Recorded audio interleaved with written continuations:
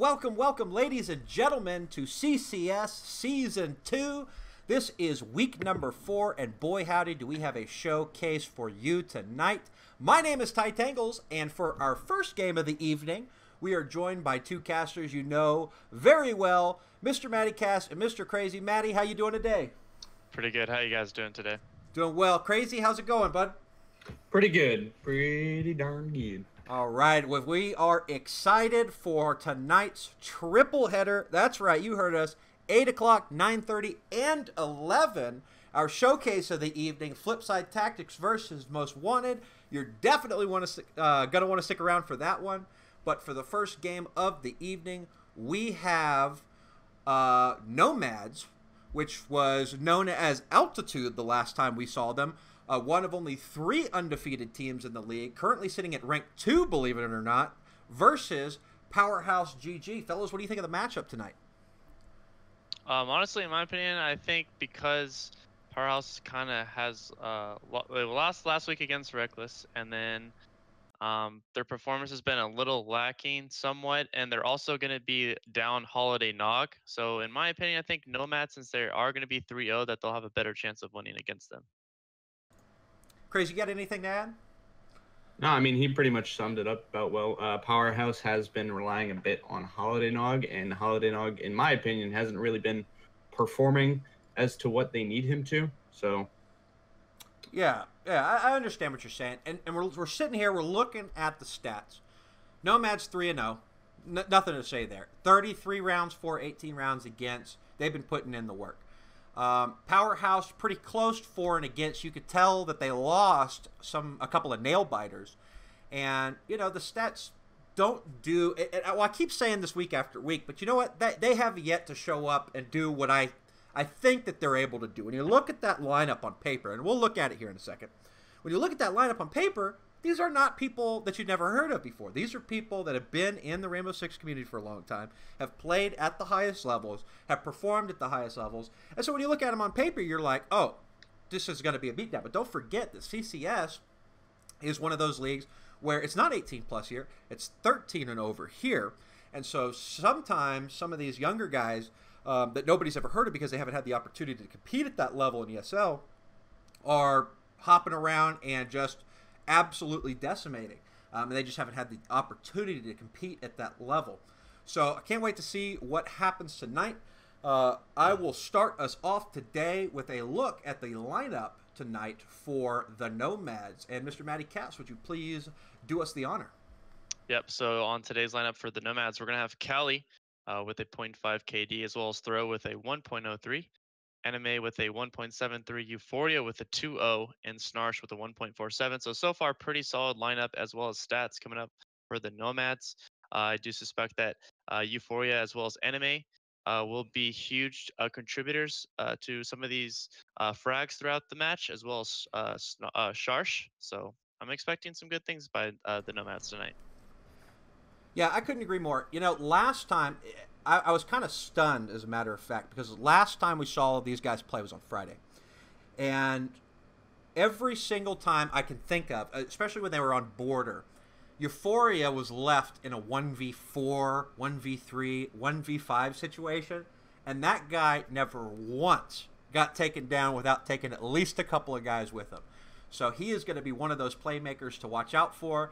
His KD is well-deserved. I have watched him get in the business and come out the other side victorious. So I am very excited to see what these guys can do against what can kind of be called their biggest challenge that they've faced so far this season. I wouldn't say that they've had an easy ride right out of the gate, but they haven't had the hardest alignments like Omen playing Most Wanted and Flipside in the 2 out of the first 3 weeks. So this, I think, will be one of their first true tests, whereas, you know, conversely, Powerhaus has actually played a couple of really tough spots, and so again, like going back, I don't think that their current record kind of is a good justification for how good they are as a team. Crazy, you have anything to add? No, not really. I mean, I'm excited to see what Sharsh decides to do tonight. We've seen him do some wacky things in the past, and sometimes they work out, sometimes they don't. So I'm kind of excited to see what he decides to pull out of his hat tonight. Yeah, and Callie, I don't know if you're the support guy or whatever, But I hope that you could step it up and help your teammates out, because I know the rest of them have been doing work. And get out of that rut. We all have bad games, yada, yada. Let's see you put in some work tonight too, sir. Anyway, that's enough about Nomads. I think the teams are getting into the game right now. So let's turn around and have a look at the roster tonight for Powerhaus. And you'll have to excuse us because one of the guys just let us know that he will be subbing for tonight. So if you don't mind, Crazy Man, I'll have you start us off, please. All right, so for Powerhaus tonight, we're going to have Polgal subbing in. I believe he's subbing for Holiday Dog. I think our graphic here might be a little inaccurate. But we are going to have Swervin, Krim, Lojax, Polgal, and then the fifth I'm not entirely sure of. Or no, yeah, Nog is here, actually. Okay. Oh, he is indeed. Okay. Well, I've been getting... So this graphic is correct. The thing about it is we make these graphics, if we can, a little bit in advance to get some of the work out of the way. And sometimes teams will come up at us like 20 minutes before the game starts and says, we might have to play somebody else tonight. So I guess it's kind of a coin flip to see if these are the 5 that are showing up. Actually, I think Polgal is indeed the sub for tonight. So I think the graphic is correct. Yeah. I can't think of who he's subbing for. Maddie, do you know? I'm actually not too sure about that either. Yeah, I don't know either. But I do know that Swervin, particularly on this team, is the guy to keep your eyes on. He is the guy that when he gets in a gunfight, it is not a 50-50. It is definitely a flip in Swervin's favor. So he is one of the playmakers, one of the entry fraggers, and one of the guys that's running around on his own on defense, getting into the mix, delaying those attackers from doing their push. He is definitely... somebody that I hope our cameraman gives a little extra attention to. You guys have anything else to add? I do just want to say he is subbing in for Bosco tonight. That's right, Bosco. Absolutely, yeah. Maddie, anything on the lineup here? Yeah, I mean, same. Like you guys pretty much said it. I mean, now that they have Holiday back in, I think they're gonna have a better chance now against Nomad. So I'm still looking forward to see what these guys are capable of doing. As far as how the stats are, playing out against each other. Hopefully those kind of hold true for each team. Very, very good. Well, with that being said, we'll cut on over to the bands screen as the bands go out. And while we wait for the teams to begin, let's go over a couple of CCS business items. First and foremost, the person that we called out last week to be the winner of our jersey giveaway did in fact respond. So congratulations to Mr. Newblunks. We appreciate your support, and we will be sending that out to you shortly. As you guys well know, CCS is a community-run league, and we rely on you guys' support to keep it up and running, provide you great graphics, and provide a big enough prize to entice the teams that you like to watch come and play for CCS. So if you feel it in your heart to subscribe or give us a little bit of a donation, nothing is necessary, but everything is appreciated. And if that's not something you can do, we do love the support on Twitter and smashing that follow button here on Twitch. We really, really do indeed appreciate that. Guys, what do we think for tonight? Are we thinking that this is, I mean, looking at the stats on paper, right? And you didn't know anything about these teams, we'd say, oh, okay, Nomads are going to take this no problem. They're sitting in second place. Powerhaus is 1 and 2. But that doesn't tell the whole story, does it? What do you guys think? Well, it doesn't tell the whole story, but we have seen Powerhaus playing, and they have made a lot of mistakes in some of their matches. Some of their players haven't been performing as well as they need to. I mean, we've seen games where Holiday Nog has been on the Blackbeard and he's dropped no kills. So those kinds of things are really bad for Powerhaus. Whereas with the Nomads, we've seen them every single game. They've actually performed. And the stats even reflect that these players are showing up and they're doing what they need to do. With the exception of Kaylee, I believe he has like a 0.5 KD. On a Habana and Jaeger, that's rough, but the other players are really making up for that. But with Powerhaus, we've seen them, kind of relying on people like Swervin and Holiday Nog. And then if they're not showing up, then it falls onto the rest of their team. You get, a Krim on an Ella that isn't getting any kills and things like that. That's really bad for them. Yeah, and as the bands start here, I just wanted to go over the community vote that we did on Twitter. And the fans didn't fall for the current rankings because right now Powerhaus is sitting at a 66% favorite to take the match tonight with Nomads sitting at 34%. it might be a little bit of the fact that the Nomads is a new org that just picked up Altitude in the past couple of days, so maybe people don't know who the Nomads are, but I have a feeling that at the end of tonight, they absolutely will. And that being said, yes, indeed, Cafe is our first ban of the match by Nomads, and now we are waiting for Powerhaus to start banning of their own. Any predictions, fellas? Any predictions? Well, as far as map choice goes, Altitude and Powerhouse, I mean, if you look at the previous weeks on what their strong maps are, they're actually pretty much the exact same.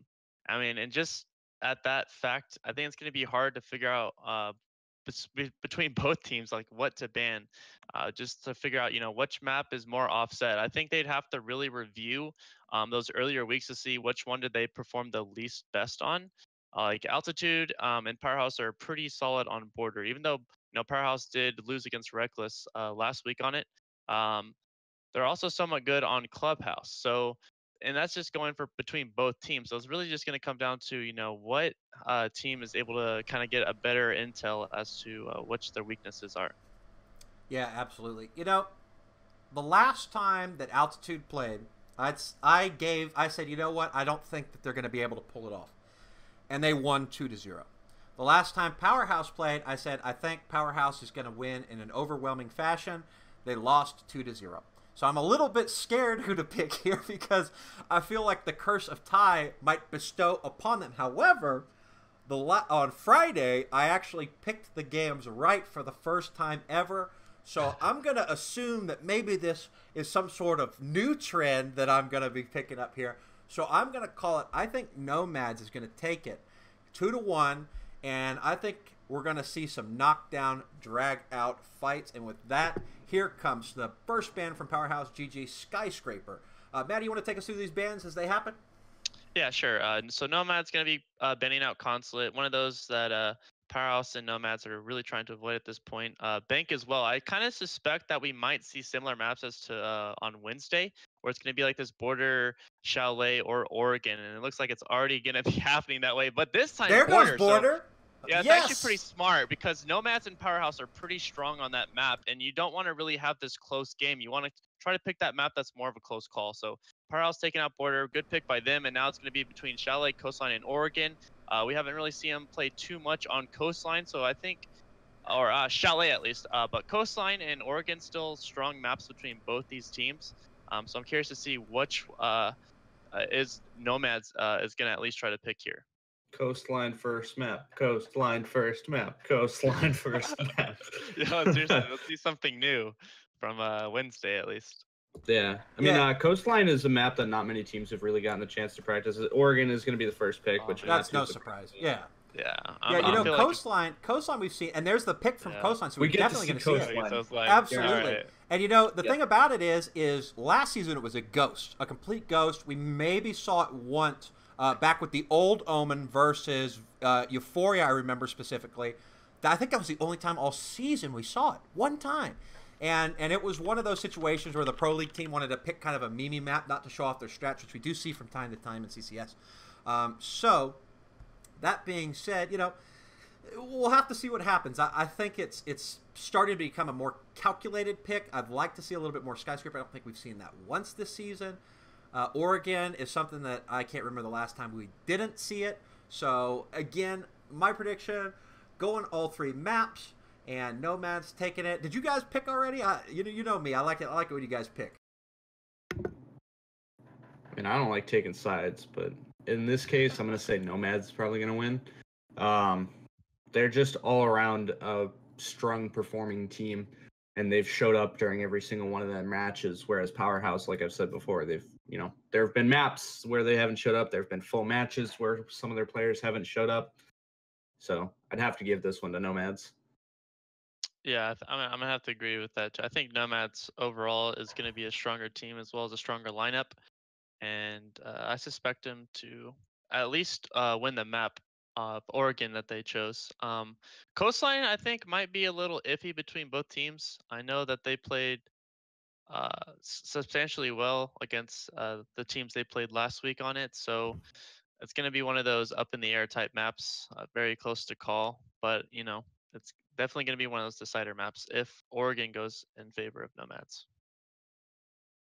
Yes, indeedy. And I think the teams are, I think we're missing one guy or something like that getting the map set Nope. up. So bear with us for just one more minute. We're jumping in right now, actually. Oh, we are jumping in right now. Well, I'll leave the two casters here ready to go, and I will catch you on the next one, fellas. Good luck. Alrighty. So we're jumping into the first map. It is going to be Oregon Nomads versus Powerhaus. We've seen Powerhaus play on this map before. They need to wake up. Honestly, I think it's this early in the season and they're already kind of slacking. They need to wake up a bit and perform a bit better. I'm hoping Nomads is one of the teams that they can actually kind of put up a fight against. But in this case, I don't know. I'm not sure entirely what to say. What about you, Maddie? Yeah, I think it's going to really come down, like, they haven't really been able to execute exactly how they want to. So it's going to be all about communication and making sure that they win those 1v1 trades.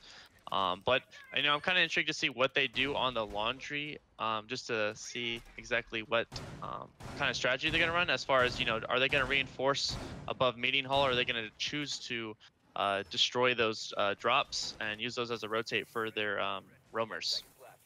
Yeah, I mean, actually, so far, it looks like they opened one but reinforced the other. Yeah, and that, I mean, on this map, typically you're going to see all of those hatches get opened up anyways. You know, sometimes it's just kind of wasting the Habana resources or the thermite resources. This is the main reason that you'll actually reinforce those.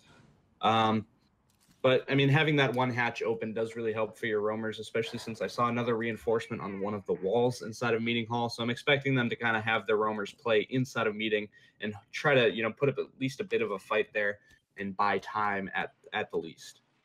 Yeah, and at this point in the match right now, it's going to kind of come down to the drone phase by Nomads. Try to figure out where some of these roamers are. It looks like they are going to be spotting out Ella. So they're going to need to be cautious up here. Try to go for that second floor retake. Force her to rotate down to the first floor, or either try to opt to get that kill. We do see Anime trying to make his way in, and he's about to have a little bit of contention between Ella. Shots already getting exchanged down in this hallway. Still yet to find any picks, but the attacking team already pressing in on the second floor. Yeah, I mean, Anime has already pushed in through master bedroom. I believe, yeah, so Swervin is sitting inside of small dorms right now. So I'm guessing the first gunfight that we're going to see here is probably going to be either between Sharsh and Polgal, which we're seeing some shots there, or it's going to be between Swervin and Anime. Although I think it looks like Anime might have fallen back, or he's at least on his drone right now. But there's Crim picking off Sharsh as I'm saying that. So that's one of the roamers coming in and taking out Ash very early on, especially with Sharsh being taken out. Sharsh is a very powerful player. Swervin does get spotted by that drone, so he's going to actually just push the Blackbeard right now. I'm not sure Blackbeard is... Nope, there it is. Anime notices it, gets a nice headshot on a Swervin, shuts down the roamer as fast as he can. But now Polgal is trapped inside of Kid's dorms here. He's being surrounded. He gets some shots on the throws, but Callie gets some shots on the Polgal throw, pushes in, gets taken out by Polgal, and then Callie comes in and trades it out. Yeah, it's one of those things like where Powerhaus just kind of didn't really get the picks. Like he had the sights there on the Blackbeard, and yet he still got taken out by Anime. And even Polgal was able to get a pick before she even got dropped as she tried to rotate out. And already Crim getting another pick there onto Anime. They will be losing a Blackbeard now. So Powerhaus going to be in a 3v2 situation so far in favor of the defense, as they're going to be rotating back down towards those sites. A Bonacharge coming out, going to be opening up that mirror window. I'm not sure if they're able to get the shots though on that gadget. Oh, she actually didn't even land it. I thought she honestly got it near that window, but it's also going to be a bandit trick, so they're going to have to deal with that. And Holiday Nog with a nice peek there on to dropper, takes down Callie. Euphoria left in a 1v3 situation. What seemed as a pretty good push is actually starting to slowly slip away here for Nomads. Yeah, I mean, it was looking really good for them when they started clearing out the roamers like that. They did lose a few people trying to get those roamers though, which was unfortunate. I think one of the things that really cost them the most was losing Sharsh as early in the round as they had. But Euphoria is going to get a nice shot on a Lojax there, and then Crim runs into the hallway and takes him out. So one thing I want to note here, as I was saying before, Crim, you know, playing these characters, he's not getting these kills as, and then this match, I think he got 3 kills in the first round. So that's really good. That looks really good for Crim to see that he's finally able to, you know, actually wake up and do something for his team. And in fact, actually giving his team the round, in my opinion. Yeah, and Powerhaus can kind of just fix a little bit of those mistakes that they had just made in that round where they had the first sight advantage and they were not able to pick up those kills. I mean, if they consistently have that kind of luck against them, then, you know, Nomads will probably inevitably pull this off. I mean, at this point, it is too early to say what the teams are really thinking. They are trying to figure each other out a bit. They do need a few rounds to kind of understand what the other team is thinking and how they're playing. Sharsh did make a mistake getting caught off by the Bandit there. He was rappelling up on kids' dorms, and he got called out, and then the Bandit, I think, ran out of small tower and just got a nice shot onto there. So that's unfortunate, but every round, you know, I'm pretty sure these teams will learn from things that they do. And we've seen before where Nomads, or when they were formerly Altitude, they would make mistakes, but then the next rounds, any rounds after that, they would change what they were doing to make sure they didn't make the same mistakes again. We've seen Powerhaus continually make the same mistakes before. So as long as Nomads is able to keep adapting, if Powerhaus does not adapt, then we will see this definitely going their way. Yep, and already getting the smasher away. We're going to see Holiday Nog favoring that Ying once again. Pretty solid with those Candela gadget. So I suspect to see at least some breaching plays by them. I'm going to go ahead and assume that they might try to go for the main lobby area just to kind of open up the dropper there with the Hibana charges, allow Ying to possibly use that Candela to drop in. But still, really early in this round, I think they have about 3 roamers running around right now. 2 going to be currently near Meeting Hall. We're going to see Bandit over there by rear stage, Swervin patiently waiting on IQ right now, just trying to get some drone intel as to where some of these defenders are currently anchoring down. And this is the drone play that you need to see. You saw the attackers were pushing up with their drones. That's really smart because then you can use the intel from the drone the second you have it. I've seen teams in the past where all 5 members are still sitting outside and they're all droning in. And it's like, well, that's pointless. Sharsh getting the first pick there on the Crim. So that's the high performer for Powerhaus so far, being taken out. Then again, there's only 1 round in, so I can't really say, you know, the high performer. Yeah, and that sucks that they lost that Hibana, so now it's going to make it a little bit more difficult to breach 1 into Meeting Hall as well as the entrance right there above the laundry room. So it's going to kind of come down to how they choose to opt even after losing one of those operators. You know, do they decide to push into Meeting Hall or just force themselves to play at the dropper that's open? Because they're not going to be able to really get to that mirror. I mean, unless, you know, they have someone press down that from backstage to have a little bit of contention. Already getting these Thatcher nades out here. Right now, I assume he's trying to get the Bandit charges up on that mirror window down below, but they're not really going to have an opportunity to breach it. Yeah, I mean, Swervin's going to be throwing a grenade down there, trying to get rid of any C4 or anything. I think at this point, their main goal is to just push onto site and keep the roamers from coming in for a flank. They don't have enough time to flush out the roamers, even if they were droning them or anything like that. They have no time now. It's less than a minute left. They don't have the diffuser down. They're wasting the smoke canisters, thankfully. I think that was maybe all 3 of them. But they really need to do something soon. And we are seeing shots from Polgal onto Sharsh there, but then Polgal gets downed by throw, and then Lojack's taking out Anime. Swervin taking out Cali. So that's... oh, and then Euphoria gets a nice smoke onto Holiday Nog, but the diffuser has already been placed. So right. Polgal, and down goes Lojack's. And then Polgal follows, so that's all of the attackers down. A really nice, clean retake there from the defenders. Yeah, I mean that pretty much came down to the delay by those roamers, patiently waiting in a meeting room. Even though we did see the anchors get fragged right off the bat, Nomads were really able to pick up their pace there towards the end and finish it off. It was a little scary there. I mean, I wasn't suspecting Powerhaus to get in onto the site and being able to put the bomb down. Unfortunately, just didn't end up going their way. I guess they got taken off guard by those roamers from above. Yeah, they were not prepared to really shut down the push from Meeting Hall after they got the diffuser down. I am impressed that they were able to get the diffuser placed. He really just committed to it, but in the end, that really cost them because there was a smoke canister right there. It finished him off. Polgal was downed upstairs, and then Lojack's just got shut down immediately when he tried to push up into Classroom. I think he was going to try to get around and pick up Polgal and then at least try to contest it, but there was really nothing he could do. He got taken out immediately. Yeah, it's unfortunate for them, but, you know, once again, they're going to be back on defense where they had previously one. Hopefully they're able to do that. It's going to kind of come down to, not letting that defense slip away, especially on a map Oregon. It's kind of difficult for attackers to get in on these objectives. They're pretty anchor heavy, and the roamers are pretty decimating for the attacking team if they're not able to spot out those defenders. But again, smashing our way, we're going to see a Habana, Blackbeard, Sledge, Thatcher, and an Ash. So lots of speeds as well as utility for them. Blackbeard is going to be very useful as far as contesting with the dining hall roof, trying to put some shots in towards that dorm main hall. On the defense, we're going to see that Mira, Bandit, Jaeger, as well as the LS Smoke. So pretty heavy in gadgets, as well as reinforcements. They're going to have some mines to their disposal.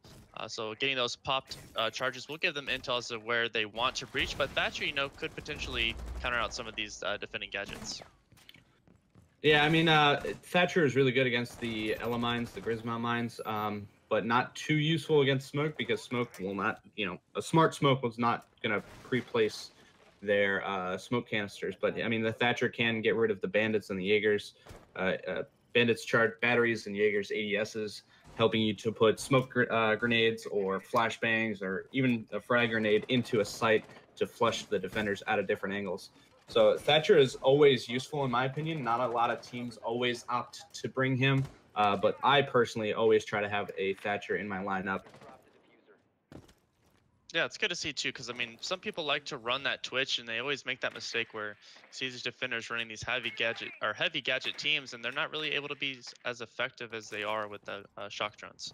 But right now, it looks like it's still going to be down to the drone phase, just trying to figure out where some of these defenders are currently anchored down. A little bit of contention happening there into meeting hall. It's going to be Pogal getting a kill there on throw and anime onto Krim. So once again, Krim getting knocked out in the early part of these rounds, and right now it looks like they will be getting one of their defenders out towards attic, just kind of patiently waiting for those attackers to press in towards site. So it's going to come down to what Polgal can do as far as the roam game goes, try to stall out Powerhaus as best as she can as they're starting to make their way in by the hallway of bathroom corridor, stacking up near those stairs. Yeah, I mean, Polgal is just kind of wasting time, but they're cut off from their team at this point, unless they have a rotate hole in through kitchen, which I think they did. And she just ran out that way to try to get to safety. Holiday Nog, I think, got team flashed, or no, Holiday Nog's on smoke. So he got flashed there, pushed him back a little bit, but he is able to get a smoke canister out to stop them from pushing in through that master bedroom closet. More flashbangs coming in as the attackers try to get some sort of ability to push in here and take advantage of these attackers. But so far, no real action. There's less than 30 seconds left in the round. They really need to start pushing in soon. They need to do something quickly. Swervin is now down at the bottom of these front stairs here. I think the attackers are all they're just pinched in right now. There's only really one spot they can push in from. Anime hasn't even opened up big window yet. I think he's heading over there now. But with, 12 seconds left, they have to get in. They have to get the diffuser down. Swervin has started to push up. Lojack's getting a pick on a Sharsh. Euphoria getting a nade onto Holiday Nog. Swervin taking out Euphoria. Swervin pushing in, taking out Kaylee as well. And then someone got downed and they pushed in. They bought the time that they needed to. The attackers just went way too slow there. And it cost them dearly, especially with Swervin on that flank there. That was a really beautiful flank from Swervin. Yep. I mean, they did a tremendous job, actually, Powerhaus. At first it seemed like they were giving a little bit too much of the ground away on that site. When they were pushing in from balcony, master bedroom, we saw them coming through main lobby to the main stairs, but I mean, they weren't really able to get the roamers that they needed. I mean, Polgal did a good job hiding there in attic. Swervin still waiting over there by the bathroom.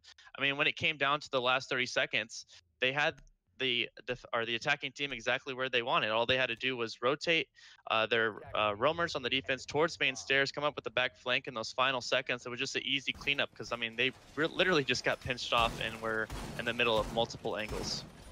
Yeah, they had no one watching their flank. They just walked right where the defenders wanted them to, and it all just collapsed on them. So really well played from Swervin there, specifically pushing up behind, getting that flank.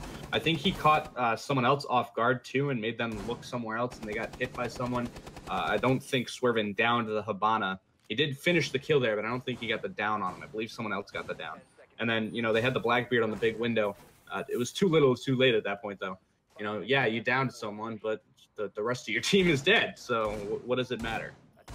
Yeah, I think they kind of made the mistake of stacking most of their attack near master bedroom and not really using the efficiency of some of those 3 speeds to roam around on that first floor, try to figure out where some of those roamers were. So I think that kind of inevitably ended up coming to their loss. So hopefully they were able to get a little bit of read off that play, saw how Powerhaus played Kids Dorm. So next time, if it does go to that bomb site, they're able to kind of fully understand what they need to do.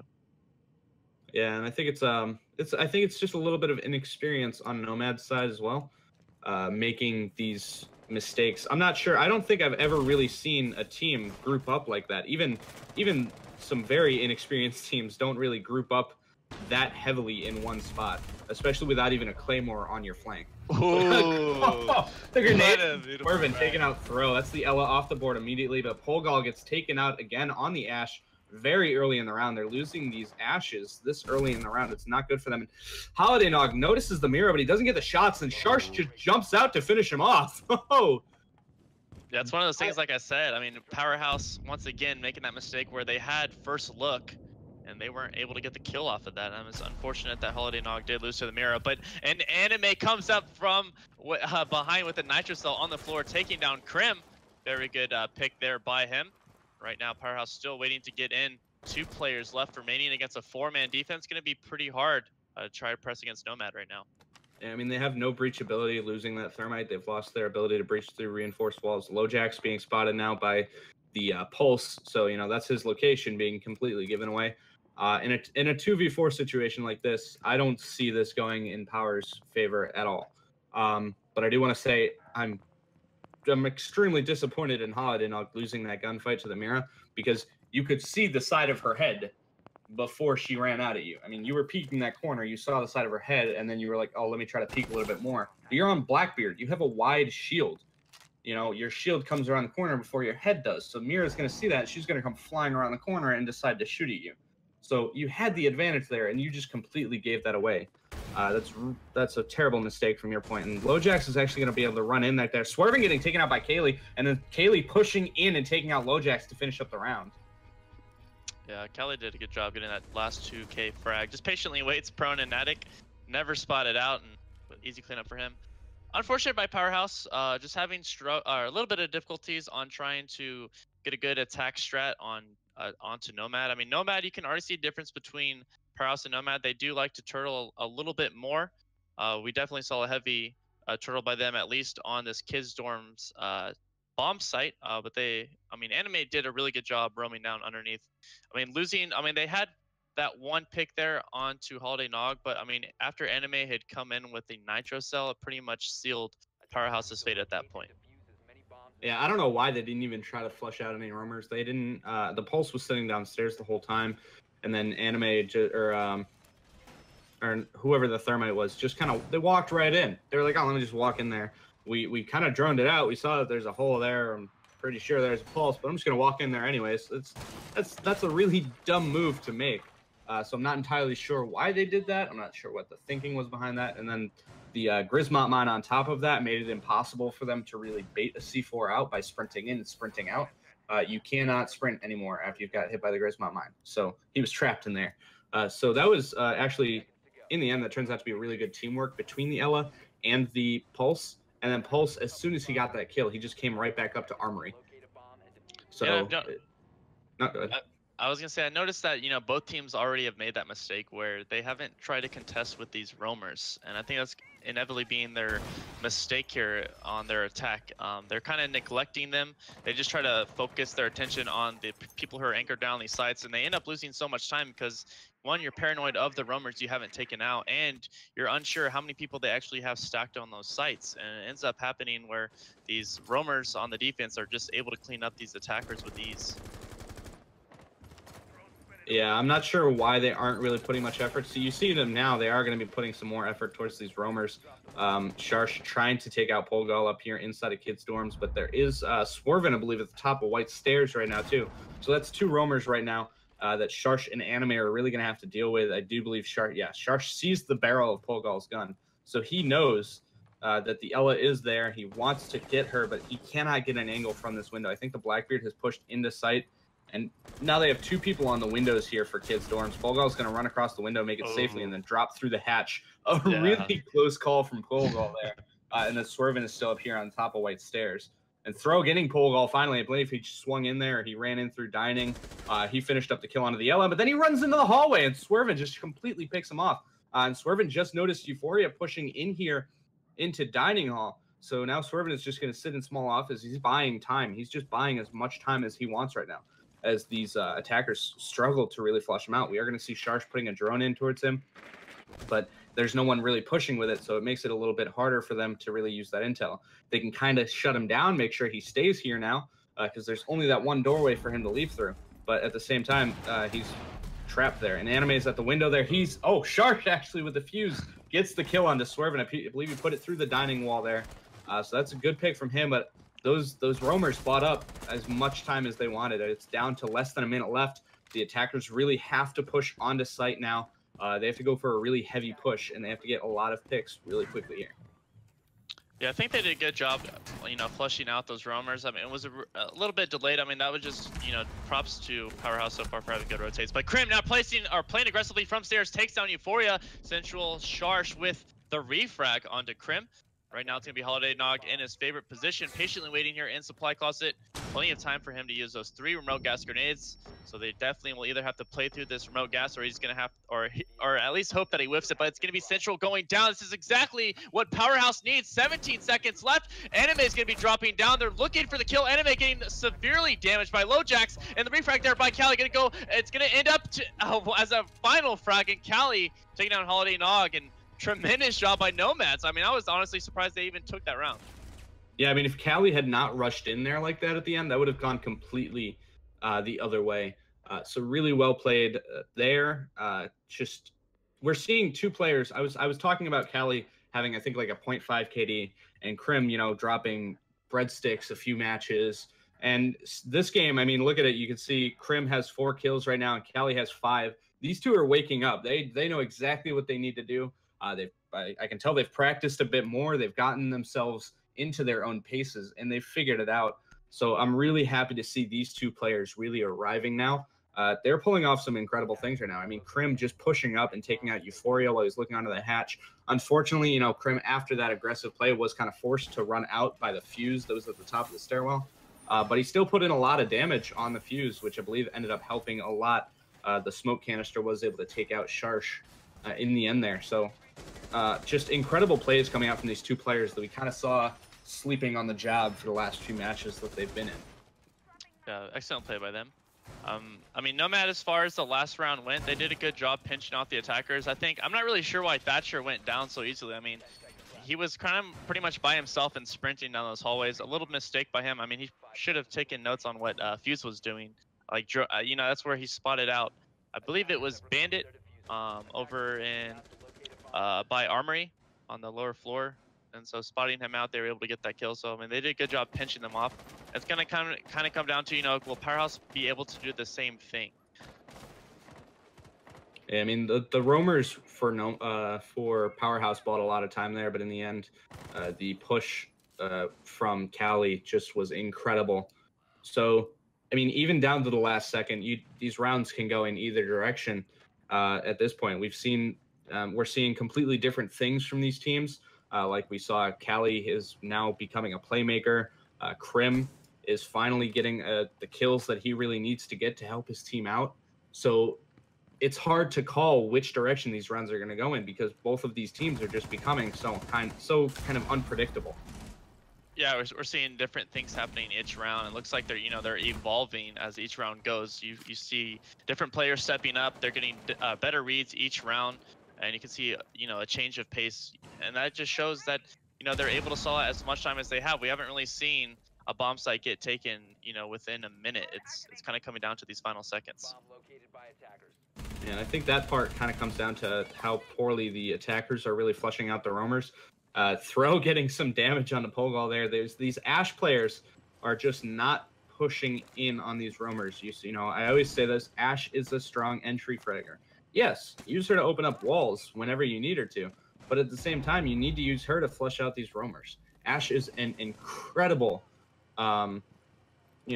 she's incredible at pushing in quickly and taking out players. Throw getting a nice shot on the Holiday Nog. That's the Ying out of the play. And now there's a smoke grenade up there, blocking off the people that are in meeting hall. Ella is going to throw a Grismont mine out there, and Sharsh taking out Polgal.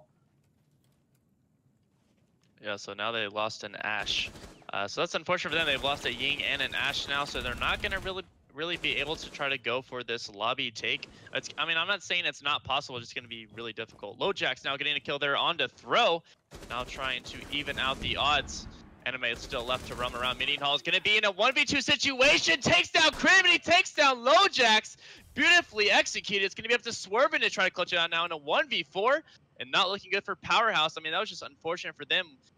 They pretty much crippled their attack as soon as Holiday Nog went down, and as well as the Ashe. I mean, in Anime somehow manages to pull off a nice 1v2. I mean, they lined up nicely for him, but you know, both players looking at him, it's not something you'd expect to see.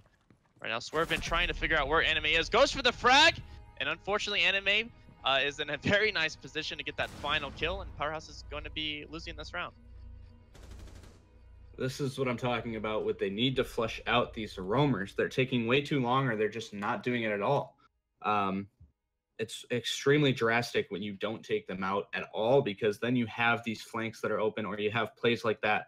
I mean, the Habana and I think it was Thatcher, both of them just walked into the meeting hall entrance there, and there was a Grismont mine up there. So both of them were hit by the Grismont mine, and they then, on top of that, they lined up for Anime. Anime just melted them both down, and he said, all right, well, you know, I'm just going to stay here. You got one guy left. I'm staying here. And Swervin didn't even know which side he was on. I mean, he started running towards the opposite side, and he just got shot from behind. So it's really good positioning from Swervin there, and also, or not from Swervin, really good positioning from Anime there, and then really good teamwork with the Ella setting up the Grismont mine in just the right spot. I think what's going to end up happening, I think, you know, on this attack, Powerhaus so far has been playing really well on Laundry Room, except for that one defense that they lost in that 1v1 situation where Holiday Nog was the last player remaining, loses the 1v1, and I think that's what, you know, what's give Nomad this lead, and inevitably they actually might end up winning Oregon, because I mean, Powerhaus most likely will successfully defend this, but I think Nomads so far has been a better defense against Powerhaus. They haven't really been able to flush out any of the roamers for Nomad. Yeah, they're struggling a bit with these roamers on Nomad, but at the same time, you know, they're doing really well. Nomad is doing really well attacking these sites too. We saw them; they were the first ones to win an attacking round, I want to say. So that speaks for them already. They know exactly what Powerhaus is doing. I don't think Powerhaus is really changing it up too much to really kind of adapt to it. So it's unfortunate that Powerhaus isn't willing to change what they're doing to make sure that they can actually win against Nomads. Yeah, you know, Nomads' execution has been flawless. I mean, we've noticed Powerhaus pretty much going for the standard lobby take, not really trying to flush out anyone out of kitchen or meeting hall. So I think that's kind of, you know, kind of help, or it's pretty much ended up being what's their detriment right now. They're not able to pick off those roamers. Anime getting the first kill onto LoJack, so that's just unfortunate. Once again, losing that LoJax early on is going to be hurt Powerhaus here. Yeah, LoJax is one of their better players. I'm not sure he's been doing too well this map, but you can see that Nomads is going for a completely different take. None of the teams have gone for this construction take yet. They opened that wall wide up and then caught LoJax completely off guard with a nice kill from Anime. So now they're droning out Crim. Crim trying to hold the angle as best as they can, but he has 4 attackers that are looking at him. They've got drones all over him. They're running into different spots. They're forcing him to peek at them. And eventually, I think they're just going to get the kill onto Crim here. And once Crim falls, I think this defense is really going to fall. Opening up that Mira, too, that's really good from them because that's going to flush Crim out of the position he was in. And he's going to get taken out by Cali. Once again, we're seeing Cali really show up here right now. So that's really fantastic to see. It's pushing the defenders back. I think they're all really in laundry right now. They don't have that mirror window to use. Holiday Nog is inside of the B site, but I think he's going to get pushed pretty soon. Swervin taking out Cali. Sharsh notices that the Jaeger is down the hallway. He's going to peek it and then fall back. And then Sharsh taking out Holiday Nog. Swervin taking out Sharsh. Polgal taking out Anime. The trades are going back and forth. Swervin pushing forward and taking out Throw as the diffuser goes down. The last attacker is upstairs. He's running down the stairs, trying to get over here, trying to make sure he can cover this diffuser. But he's going to get caught off on the angle by Swervin, and the round is going to go to Powerhaus. Yeah, I mean, good job by Powerhaus, able to get the read off that play. I mean, they played really aggressively on that bomb site, Nomad. But, you know, Powerhaus was able to stay in the back get the angles they need, played it out perfectly, got those kills, and props for them for being able to successfully defend this round. But now it's going to come down to Nomad on their attack, and so far they were the first ones to get an attacking round, and it's going to really come down to what Powerhaus chooses as far as their bombs, or the bomb site by Nomad. It's going to be up to Powerhaus to see how they attack this. I mean, they've been struggling to get out the roamers, and it's going to be Kids Dorm as Dorm's main hall. This is definitely going to play into Nomad's favor as far as their roam game. I mean, we saw Anime come up behind with some beautiful flanks before. It's going to kind of come down to, can those roamers do the same thing here on the defense? And they are going to be playing upstairs because they did win the downstairs bomb site. Holiday Nog on the Blackbeard, he cannot lose another gunfight to this Mira, especially peeking that big window. You see the side of her head, and then you lose the gunfight anyways. Blackbeards are meant to be heavy fraggers, in my opinion. Yes, sit by a window, just keep yourself there, watch for people to cross, and just take them out as they run across, because eventually they have to run across there. That's one of the huge things about this big window is, people have to run in front of you. So you station a Blackbeard there, and he can shut off a massive rotation that the defenders really need to have. Yeah, he can't be dying off early on like he has been in the past. I mean, he does a good job getting on the roof without getting shot up from the defenders, but I mean, he really needs to step up his game, win those 1v1 trades. I mean, he's been getting first peaks each time on these defenders, and he just can't keep making those mistakes over and over. Right now, it looks like the attacking side is currently gathering near main entrance. Going to be roaming it out right now, just kind of getting some intel as to where these defenders are. Krim's going to be repelling up that wall, and we can already see that window being opened up there by the Blackbeard. I'm going to go ahead and zoom. Still patiently waiting, though, as to where these attackers are. I actually don't see them in view, so I can't really tell what kind of attack they're going to try to go for. I mean, for the most part, they're just droning out here. They're trying to figure out... I think they're actually finally trying to figure out where the roamers are to make sure that they don't run into any of the roamers or get caught off guard by the roamers. But Thermite running into an Ella mine there, that could have cost him his life. That would have taken all the breachability away from the attackers. So I would have used, they have Swervin, he has the frag grenades, use him to get rid of that barbed wire. Because not only would it have gotten rid of the barbed wire, it would have taken out the Grismont mine as well. So you make these traps useless, and it gives you a massive advantage. Whereas if the traps go off on you, they could cost you your life. But the Ella, I believe we just saw, is sitting on, Pulse is sitting on the lower stairwell there. Swervin is watching Meeting Hall, so he can still get caught completely off guard here if Anime decides to make the right move. But Holiday Nog getting a pick onto Sharsh, so there's the fight that we saw before that Sharsh won. This time Holiday Nog actually pulled it off. Anime taking out Swervin, so that's what I said. Swervin can get caught off guard by this Pulse here. So these roamers still just completely messing with the attackers. Holiday Nog getting another kill onto Throw. So this is why you put the Blackbeard on that big window. He can do a lot of work, and he really is. So that's massive for the attackers. Yeah, Holiday Nog doing a good job for his team. If he keeps up this kind of hold against the defense, they're definitely going to have a good chance to actually get this bomb site. So good job for Holiday Nog so far, getting the 2Ks frags for his team. Right now it's going to come down to Powerhaus trying to figure out where these roamers are. Right now 2 below, so I mean they have an open opportunity here to try to get the plant down. Yeah, they do have small dorms, it looked like, was open up, but Lojax is sitting down here trying to watch for anybody to come up those big stairs, or the front stairs. Holiday Nog taking out Euphoria, putting it into a 2v4, and I believe there's no defenders on site, so Krim is just going to push in. He's going to get the plant down. Anime and Callie both have to kind of get back to site now. Lojax is just sitting here watching, and he gets the down onto Anime, so that's Pulse out of the game. It's a 1v4. Callie has to pull something out of his sleeve right now. And he's not going to. Holiday Nog is going to be sitting there holding the angle, getting the headshot on Callie, putting it into overtime. Yeah, he got the 4K. Congrats to Holiday Nog. He pretty much won that round for Powerhaus. Did a tremendous job posting out right there of Dorm Main Hall, just getting all the rotates. I don't think Nomad was really aware where his position was, or they inevitably forgot where he was. But he did a good job cleaning house. So that's the first time we've seen Nomad lose on defense. And now this time it's going to go into overtime. So last time, they took the bomb site really well, but Powerhaus was, doing a really good job retreating back and then getting back the retake and going for the defuse. So, you know, good job to see that these teams are starting to adapt to from where they started. I mean, at first, when both teams were playing it out, none of them are really droning out any roamers. And now we're starting to see, you know, these attacking sides split up their numbers, try to drone out where some of these roamers are stationed, and then we see them pinching them off. So, you know, props to them. But this time, or as far as Powerhouse's attacks, or Powerhouse's attack went, I mean, they did the same thing, but, you know, Holiday Nog, all he had to do was patiently wait on that window. Yeah, they did have some really nice kills from the Blackbeard there. That gave them a massive advantage in that round. And then we did say that they droned out the roamers, but they didn't push them. They kind of just sat there and held angles against them, tried to shut them off on different flanks, and it only really worked out for the Thatcher in the end that shut down the roamer that was, or the Pulse that was trying to head into Classroom, see if he could get a C4 on the people that were above him.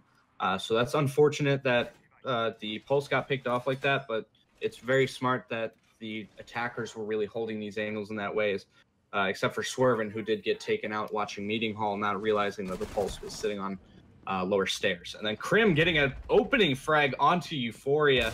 That's the first kill of overtime so far. And I mean, he just completely shut down the sledge as he was trying to push in. Sharsh pushing into Meeting Hall there. So we are seeing an Ash actually getting aggressive for once. That's really good. But Sharsh does not notice the Jaeger, almost gets his head blown off. Jaeger takes the shots, and now I believe that was Krim that we just saw moving up the lower stairs. So Krim and Swervin are working together right now to try to shut down this Meeting Hall push. Polgal was, he's down by this bathroom corridor as well, so he's going to help shutting down Sharsh from pushing in by Meeting Hall. Yeah, it's unfortunate that they lost their sledge so early on. 1:50 left. I mean, honestly, I'm surprised that Nomads pretty much stacked up around Great Tower. It looks like they're trying to go for that similar push in from construction underneath there by Blue Room. I mean, it was successful last time, so I kind of understand why they're ignoring some of that second floor roamers, but you know, it might end up costing them just because at the fact that they're neglecting them. Last time they pinched them off and they were able to get them as they rotate out on the first floor. Last time Powerhouse was on this type of defense. So, you know, it's going to be up to Sharsh really to make sure that he picks off these rotates as they start to take this bomb site. Anime now getting a kill there onto Krim. And right now Powerhouse going to be losing one of their anchors. So right now they're going to have to stall out as much time as they have. A minute left, and already Nomad in a very advantageous position that they want to try to get into. Right now the mirror window will still be up, so you know, I'm not sure if Cali's going to try to go for the Hibana charges. Flashbangs are going to be coming out now. Holiday Nog now moving into action, getting a little bit closer to some of these attackers, just patiently waiting now as it draws down to the final 45 seconds. It's going to be up to how they can use their gadgets and try to open up as much as they can. Right now it's going to be more flashbangs coming in. Cali's going to go right off that. Lojack's doing a good job not eating that flashbang. We'll take down Cali now. Throw onto Lojack's throw. Trying to get the picks here. It's going to be up to Holiday Nog to try to hold it down. Sharsh to now taking down Polgal. And it's going to be up to Swervin now as Throw takes down Holiday Nog. Swervin now left in a 1v3 situation. And it looks like right now Nomad might be taking the first round on this overtime. A really clean push right at the end there from Nomads. They just pushed in and they picked off everyone sequentially just as they had to. So really well played from them there. And then there was Sharsh upstairs that did shut down. I think an Ella was going for possibly a flank through Meeting Hall. So Sharsh shut that down immediately. I was a little concerned. They didn't have the diffuser. They left it behind. And it looked like several of them were running for it. And I was like, well, you know, why are they all running for it? Swervin can run up behind them. But then the Blackbeard was sitting there watching for the Jaeger to come in through the hallway, and he shut it down and cleaned up the round. So we do have Anime with 10 kills up there on the top for Nomads. Sharsh has 8 kills as well. So we know that these two are still incredible players, but one of the things that I do want to note is Cali has a 1.0 KD for this map, so that's really good for Cali, actually doubling his KD basically. Yeah, he's doing pretty well. You know, surprisingly enough, what seemed like such a defensive decider for the teams, they're starting to, you know, win on their attacking side, and so that's, you know, good to see, because it's, you know, kind of leaves up, you know, what's Powerhouse going to be able to do now. I mean, they've been successful in their attacks as well, and they are adding an IQ into the mix of their attack. So I'm kind of curious to see what they're going to be able to do with that, especially with the bomb site going to be on Laundry Room. This will give them a little bit of advantage to spot out some of those gadgets from the first floor. Yeah, I mean, I believe we've seen Swervin on the IQ multiple times now.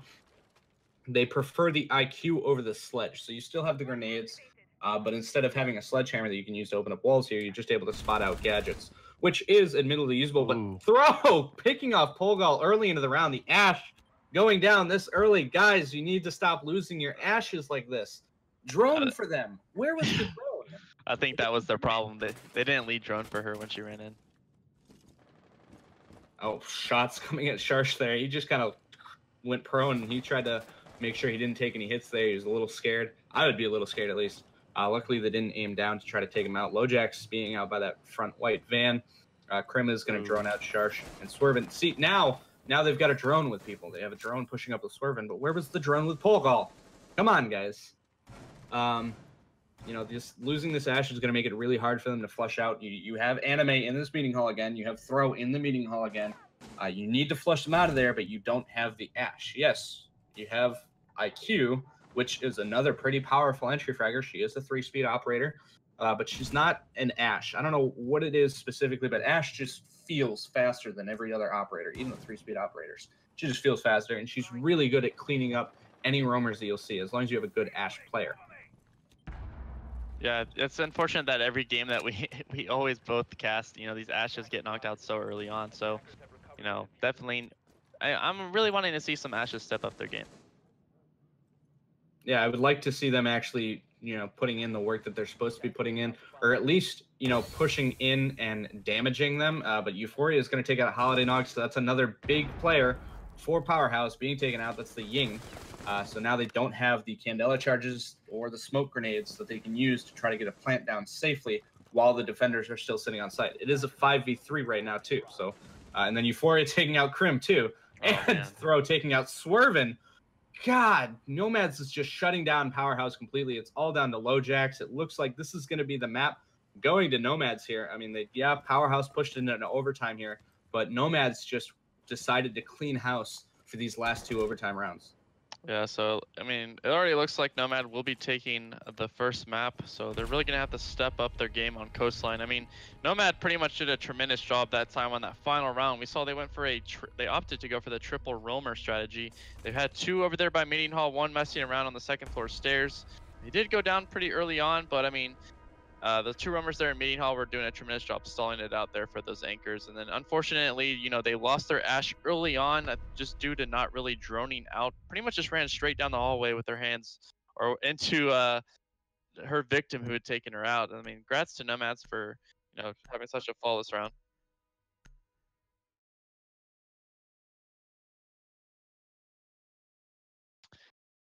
And so Powerhaus now is going to have to step it up on Coastline.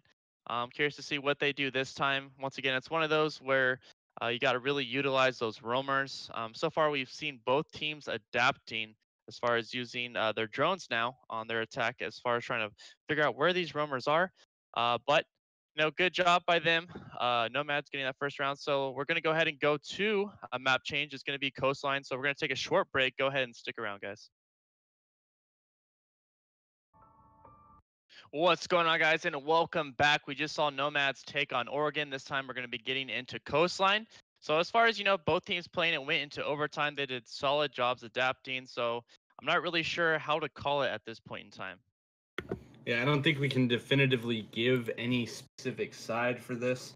Although Nomad did, you know, end up taking the first map as we predicted, but I believe this map was Powerhouse's pick on Coastline. So who knows? Maybe Powerhaus has been practicing something special, and they are going to be able to bring something new to the table that can take Nomads by surprise. Yeah, hopefully we do see a little bit of change of pace as far as how their attacking rounds go. You know, just having that failure to really drone out some of those roamers. I think if they could just keep up that strategy like they did in the middle of those rounds on Oregon, they might have a better chance against Nomads. But once again, it's one of those maps where Powerhaus picked, but we've seen Nomads in the past when they were known as Altitude do pretty well on Coastline. So it's one of those maps where it's pretty much even between both teams. Yeah, but we are getting into it now, so enough speculation, and let's finally see what these teams are going to bring. to the table on Coastline. It is map 2. Currently, the score is in favor of Nomads taking the first map, Oregon. So hopefully Powerhaus is able to show up here a bit better early on and, push this to a third map and give themselves a better fighting chance at taking the win for this matchup. They got 2 rounds. They got 2 defending rounds at the start of Oregon, which was good for them. But at the same time, they only performed on defense, and it took them a little while. It took them until match point for Nomads to really wake up and give them a fight. So they need to do a bit better earlier on this map if they really want to push this to map 3. Yeah, what's really cool about it is the fact that that map went into overtime. We've seen both teams, completely change from how it started. So I think in this map, at least, we're going to see these teams and their full potential and what they're going to be able to do against each other. Yeah, we do have. So this is a strat that we've kind of seen. You didn't see it too much last season. This season, we're seeing a lot more of that mirror window inside of that hallway there. It gives you a nice angle into VIP, so you don't have to have someone get choked off inside of VIP, because they open up that big window inside of VIP. They open up the doorway inside of Hall of Fame, and the defenders cannot rotate out of VIP. You get trapped in there, and then all of the attackers will just push you and completely obliterate you. It's happened to me before, and I hate it. So having that mirror window on that reinforced wall there does give them a much better way of holding VIP. Yeah, right now Euphoria going to be repelling up, opting to go right above bathroom near penthouse. Usually a typical spot that usually gets selected, especially with this bomb site. You will try to have at least one attacker here patiently waiting for any kind of press. Polgal, though, once again going to be one of their roamers currently placed up in second floor aquarium, kind of just waiting for where these attackers are going to press from, whether they're going to go from the south stairs or over there by hookah lounge. And already she's going to get some damage traded out. It's going to be Sharsh droning her out once again, and already this attacking team trying to pinch her off. Sharsh now playing aggressively. Hopefully we can see that aggressive Ash play that we've been wanting to see. Sharsh taking out Polgal, putting into a 5v4 situation, and Powerhaus losing once again another character. It's going to be Anime with the frag there onto Crim. So far, Nomad cruising through this round. Yeah, I think that's all of the roamers possibly that are down now for Powerhaus. I think Swerven is still running around somewhere. So, I mean, Swerven is really their last... Oh, Lojack's dropping down the hatch, gets taken out by Anime. It's very unfortunate. Swerven is just sitting here in the south hallway, or next to the southeast stairs. So they do have Holiday Nog still on site. He is the smoke, so he can shut down a push very efficiently, but at the same time, it's going to be really hard for him to stop all 5 people. Especially, I think they have someone on that big window, too. One thing that I do want to note about that Ash push, I'm surprised that worked out, because Sharsh droned for himself. And then he pushed up on his own drone. Swerven getting a headshot on Euphoria as Euphoria tries to peek him there. I think he heard the sledge coming around the corner, and he didn't really pre-fire it, but a nice shot there anyways. Holiday Nog taking out Anime as well. So these two are just really shutting down all 5 of the attackers who were left alive. But Callie's going to push in, start getting the plant down. Holiday Nog, I think, dropped through the hatch and decided to rotate around. Holiday Nog does get marked by the drone. He's going to get taken out by Sharsh, but then Swerven is going to come out and trade it back. So now the Ash is down. The window there is open, unfortunately, though, so Swerven has to try to use that to take out the people that are inside of VIP. It is going to be Callie and Throw both over in this direction. So Swerven really has to pull something off here, but he's going to get spotted by Callie. Callie's going to jump up and move around. He's going to get taken out by Swerven. This is looking a little bit better for Swerven, but he only has like 5 health, and there's a drone watching him. He's going to get spotted. Thatcher is behind him, and he's not coming around to finish off the kill. I'm not sure what Throw is doing. He is buying his time, which is smart. You don't want to get picked off too early. Swerven has no health, though. So this is completely in Throw's favor. I mean, at this point, Swerven already does not have enough time. He's going to try to push up. Throw's going to finish him off and take the round. Yeah, it was a good play there by Nomad. I mean, they did a really good job taking advantage of those roamers by Powerhaus. I mean, it's one of those maps where you want it's one of those roam game type maps, but it's also really difficult to do. I mean, when you get into a room, you're pretty much forced to kind of turtle down there for a bit. It's hard to rotate in and out because there's so many different breaching opportunities for the attackers. Also, that there's so many rooms, it's hard to see or hear footsteps, and kind of get a better orientation as to where some of those attackers are. So this is really where you see some of these roamers shine on the defense. So hopefully they're able to kind of buff out some of those rough edges there on Powerhaus as far as the roaming game goes on their defense. But other than that, I mean, they were almost doing a good job on that retake. Unfortunately, was not able to clutch it out in that 1v1 situation. And now we're going to see Nomads this time on the attack. Yeah, I mean, it was unfortunate that they had the roamers get caught off on their own. I believe the Ella was just alone. There was no one there to kind of trade back the kill. It's understandable to lose 1 or 2 roamers to the Ashe as she's pushing in. Not so much when the Ashe is droning for themselves. That you really shouldn't lose to, because the drone saw you like 20 seconds ago, and then the Ashe appeared, and you still lost the fight.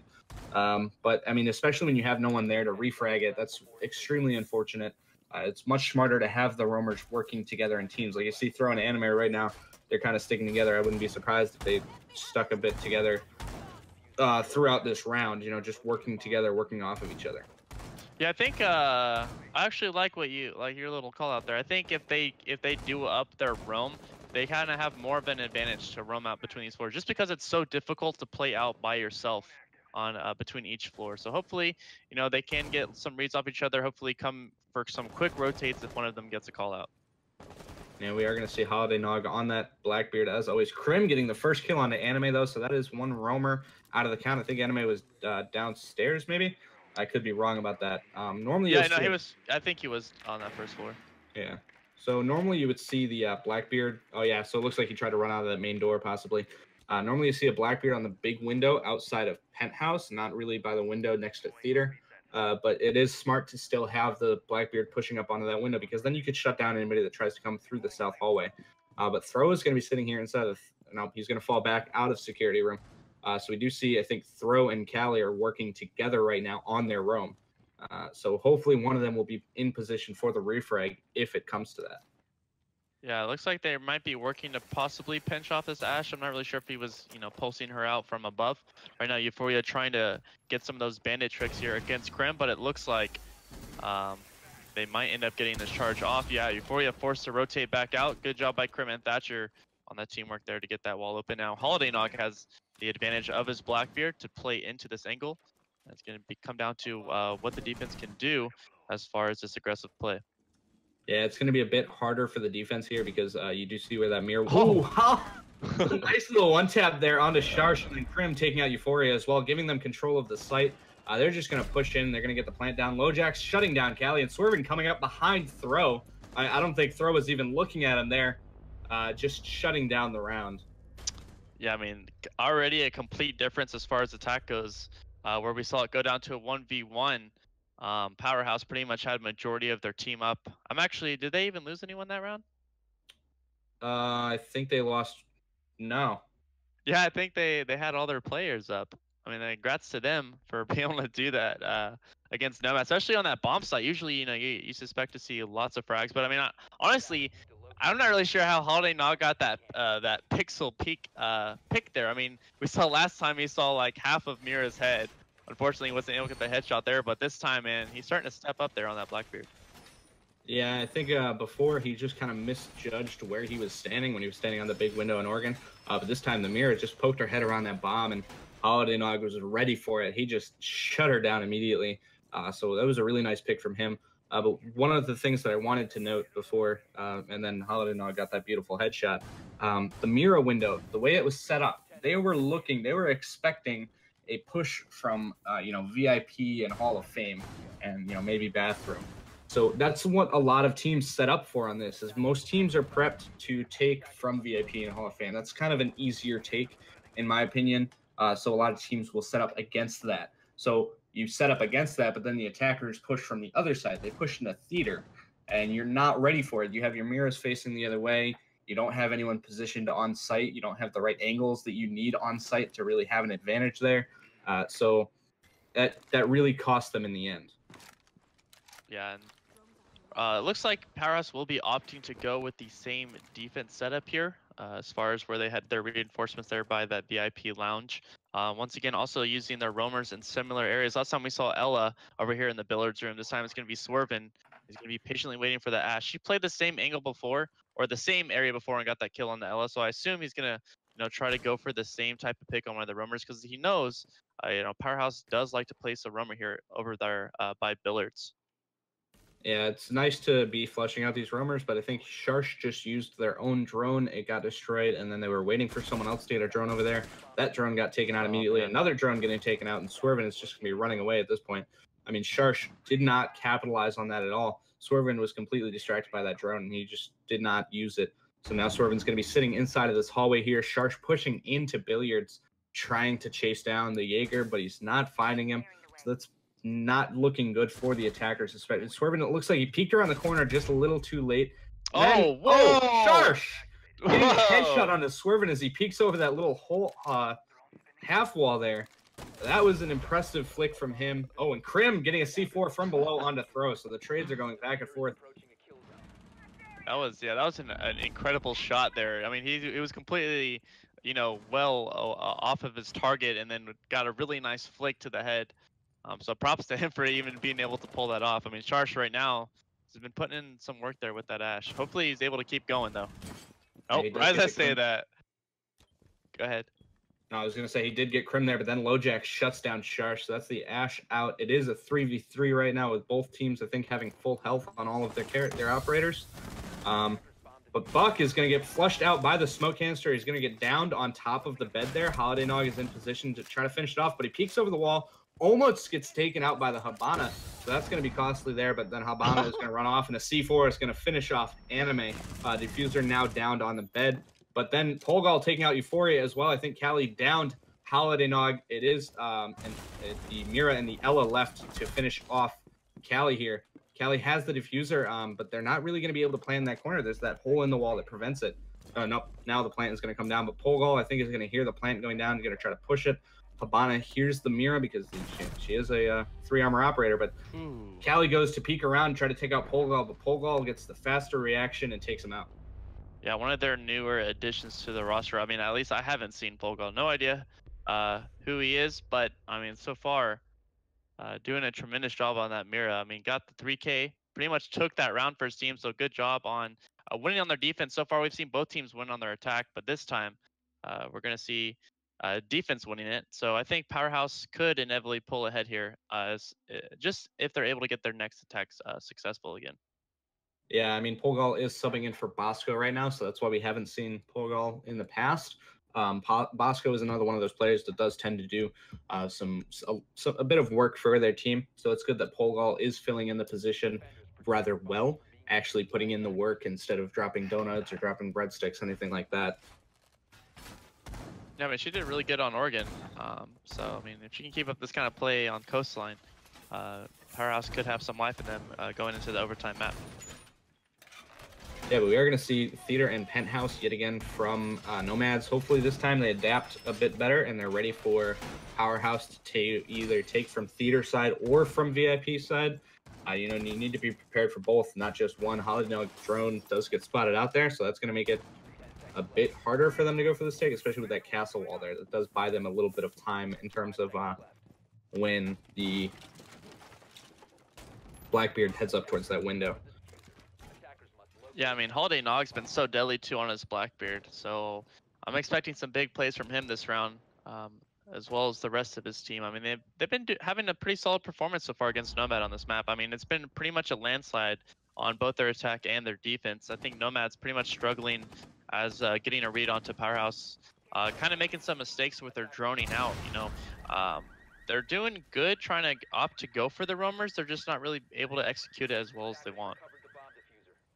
Yeah, and it's not just not pushing the roamers at the right time, but it does come down to how much time they have left as well, or people being caught out of position. Like the Buck, the smoke canister went up on that Buck last round.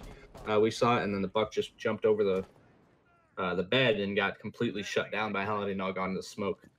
So as long as they change where they're placing their people, and sometimes lucky timing from Powerhaus or lucky timing from Nomads.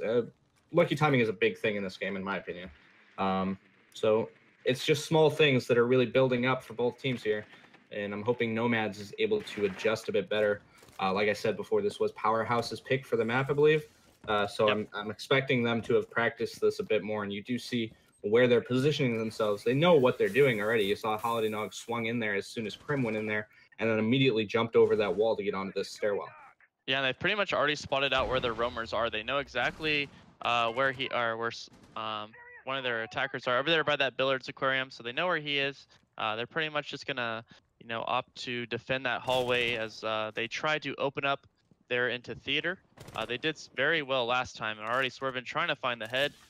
Unfortunately, not getting the kill there, but still no problems as they're still trying to make their way into this map so far. Yeah, I mean, almost getting caught off guard there, but the roamers are buying a lot of time. Swervin on the Ash is not really able to push into Aquarium yet. Does break down the wall after throwing a flashbang, but immediately gets shut down by Throw. And then Crim trading it back by taking out Sharsh. So that's the Mira down and out of the count now. But losing that Ash could be drastic because there are still a few people that are roaming off-site. You do see Anime is still off-site, and I believe... oh, no, Throw got shut down just now, so that's the Jaeger that was roaming down. But Anime still on the roam, so, you know, they need to be able to shut him down. But Crim is just shutting down everyone right now. He just shut down Kaylee.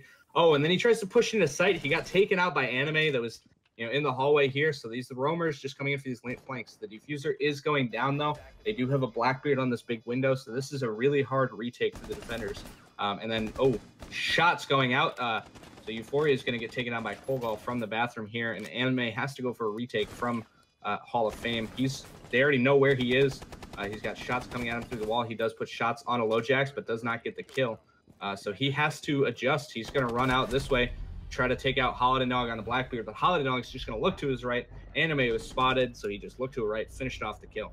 Yeah, it's just unfortunate for Nomads. I mean, they did a good job taking out the Ash. I just think you could tell Powerhaus is way more comfortable with this map at this point in time. I mean, they're getting a good read as to where these Nomad are trying to defend, like where they want to anchor down. They're doing a good job opening up those walls into theater, playing really aggressive. And Crim, I mean, this guy's been performing lately, and he's performing even better now. And so, you know, if he can keep this momentum going for his team, I think that they are pretty much going to be sweeping this map and taking it into the third one. Without a doubt, they do know this map a lot better than Nomads. We saw how quickly they were able to adjust their attack that round. They went in for that south wall attack on theater. The second they lost both of their thermite charges, they already immediately just repositioned over to the big window. They got people onto site quickly and efficiently. They didn't lose people while they were getting onto site. They did lose the thermite elsewhere on the map, but I think thermite was just really distracting at that point. So losing him isn't too drastic. And plus, Crim got, I think, either 2 or 3 kills as the thermite, as he was just trying to distract them, while everyone else came in through bathroom and through big window. So they were able to get the plant down. There were 2 defenders left, and they knew exactly what they had to do, when they had to do it, where they had to be, and they executed it beautifully to make sure that they got that round. As far as how Nomad's currently playing, is there anything that you can, or that you've spotted at least to see where you've seen like a hole or a gap in their defense or a gap in their attack? I think the gap in their defense is that they're focusing too much on, you know, one aspect of Powerhouse's attack. They saw that Powerhaus went for the south wall, so they went for a kind of a heavier hold on that south wall. They made sure that the bandit shut down both of the thermite charges, which is fantastic. But they had the castle this time, and Castle tried to shut down that window. He tried to shut down the main door, but putting castle barricades on places that you can't really stop them from being destroyed, it kind of wastes castle a little bit, because you can use breaching charge, you can use ash, you can just walk up to it and start smacking the wall and break it down. So you really need to use castle barricades, in my opinion, in places where you're going to be able to take someone out as they're trying to get rid of it, or at least you're going to be able to deny them from getting rid of it by using an ADS or something that shuts down an ash charge, anything like that. So that's one of the things that their defense needs to work on, is they need to be more universal rather than focused on one aspect. That first round, they were too focused on VIP, and they were not expecting the take from south wall. And then, you know, the last round, they were way too focused on south wall. They didn't have anyone to shut down the attackers coming in through big window and through bathroom. So they just need to work on that a bit more. Yeah, I agree with you. I think they need to split some of their attention off on where their defense, as far as their defense goes, as well as their attack. I mean, right now you can see they're training pretty hard trying to take down Holiday Nog. I mean, he was in a 1v3 situation, just laying down as multiple angles are being thrown his way, and Sharsh is going to be picking up pole call. So I mean, there's lots of distraction happening here just between this engagement with Holiday Nog, and I mean, it's so far playing into Nomad's favor, but it can also play against them as far as the intel that the defense can gain. I mean, they're raining out shots through these doorways. You can see Lojax now rotating out, just patiently waiting for these attackers to get in. So lots of intel has been gained for the defense, at least, as far as Nomad's positioning. Already getting the kill. It's going to be Cali as Holiday Nog was forced to come back onto site. He did hear Cali enter in. 45 seconds left. The bomb's about to be going down. So far, looking good for Nomad, but LoJack's going to be taking down Throw. Bomb going down. Swervin now waiting for Anime as well as Astra Present. And he gets a nice 2K on a Sharshin Anime, and that's going to be a 3v2 situation. Unfortunately, Cali is going to be taking down LoJack, so they will lose once again. Another defender Throw with a nice Claymore kill onto Krim. And then Swervin left to clutch us out. Not looking good for him. It's 1v2, still doable, though.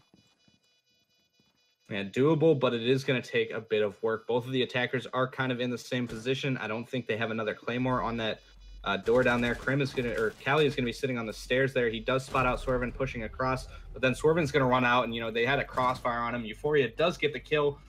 So, I mean, just beautifully played from Nomad in the end there. They pushed in, they got the diffuser down. They were ready for every single push from the defenders at the end. Yeah, I think that, I mean, as far as their attack goes, they looked really solid there. And I think it was just that bomb site in particular. They were just really comfortable with where it was, like the Hookah Lounge. I believe it was Hookah Lounge and Billards. I mean, they did a good job taking that pretty easily. Yeah, I think losing the Mira on the stairwell, that's not something you want to lose like that, because you need that Mira to really stop them from planting behind the wall there in Hookah, behind that little couch with the wall behind it. And then Thatcher was on the lower stairs, but he did get shut down by the Ella pretty quickly, though.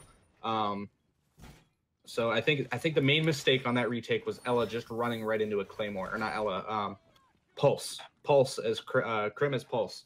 Just ran right into a Claymore. He would have had a beautiful kill onto the Habana there if he hadn't run into the Claymore. And if he had shot the Claymore, obviously the Habana would have reacted to it, but that would have given the other defender upstairs, you know, a bit more of an opening to try to push towards site and towards diffuser. So it was just these small mistakes there that happened. I think the Ella would have had the kill onto the Habana as well if she hadn't stopped shooting. You know, you have 51 bullets in your magazine. Just keep shooting. They repeaked it, so you would have had the kill because they would have literally ran into your bullets. So that's an unfortunate loss there for, I believe it was Powerhaus. Yeah, Powerhaus losing that round. So that's unfortunate, but, you know, it's things that they can learn from now. So I always say this, but every loss is a learning opportunity. So, you know, take it and learn from it. Yeah, especially between these two teams. I mean, they've been adapting each and every round, so I suspect these mistakes to be fixed pretty much in between each round. Unfortunately, you know, Powerhaus did a little bit of poor positioning there on that bomb site, using kind of their Mira to roam out. Holiday Nog getting the first kill onto Throw. They're going to be losing their Ella now on the defense. Unfortunately, once again, you know, Ella being taken out pretty early on, so they will lose some of that roaming potential. And Ella can be one of those power players. No matter who you have on Ella, you have the 51 rounds, you have the 3 speed, you have those Grisma mines. But a grenade downing Euphoria right now. Polgal with a nice grenade there, but Swervin is going to take out Anime as well. And then Holiday Nog taking out Cali. It is a 1v5 situation right now, technically, but I don't think they realize the Euphoria is down. Sharsh is in the south. Ooh! Woohoo! I mean, Sharsh got spotted by a drone there, and Krim just dropped him through the wall. Actually, I don't think he even got spotted on a drone. I think just got up there and decided to shoot the window. Ouch. Yeah, that was, you know, already a big difference between Powerhaus and Nomad. You know, they just played that Hookah bomb site for the first time on Nomad, and they pretty much got swept with ease by Powerhaus. I mean, they did it before also. I mean, they had no players die. I believe it was around round 2 or something when they were playing against Theater and Penthouse. I mean, already such a huge difference for Powerhaus on this map, at least. And I'm excited to see what they can do in the next map. So far, this is looking really good for Powerhaus. They're going to be back on the defense. They've been playing it exceptionally well. I think it's going to be hard for Nomad to go for this site. I'm not throwing anything out. I mean, they could still, you know, get this into overtime. But, I mean, they're down by 2. They pretty much have to get those 2 wins back-to-back just to get it into overtime. They haven't really been doing too solid on their defense. So either way, if they do take it on the attack, I suspect they will probably lose it on the defense. I would normally I would be like, yeah, well, we saw this last map too, you know, it was 2-4, and then, you know, they came back and put it into overtime. But that's a map that everyone knows, that everyone's practiced on, that everyone is able to, you know, really able to show up on when they need to. But this is This is Coastline. This is a map that not as many people practice. This is a map that not as many people know. So it's going to be a bit harder for Nomads to really wake up right now and push this into overtime. They really have to just fight their hardest to take these next 2 rounds. They need to change and they need to adapt from their mistakes. But already Sharsh, actually pushing in and getting the shot on the Crim. I thought Sharsh was going to fall there. That's a nice early pick for them to be getting, and then Anime taking out Polgal as well. This is the fight that I was talking about. They needed to bring this out if they're going to be able to push this to overtime. And they're bringing out the fight. They're saying, listen, Powerhaus, you know what? You may have match point, but we're not giving up. We're going to push this to overtime if we can.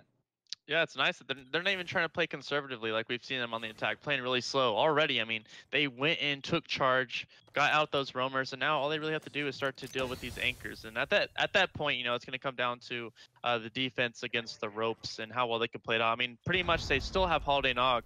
He has already used 1 remote gas grenade, but I mean, still having their top players alive. Well, as far as Holiday Nog goes, as well as Lojax, I mean, they could, you know, potentially still take this round.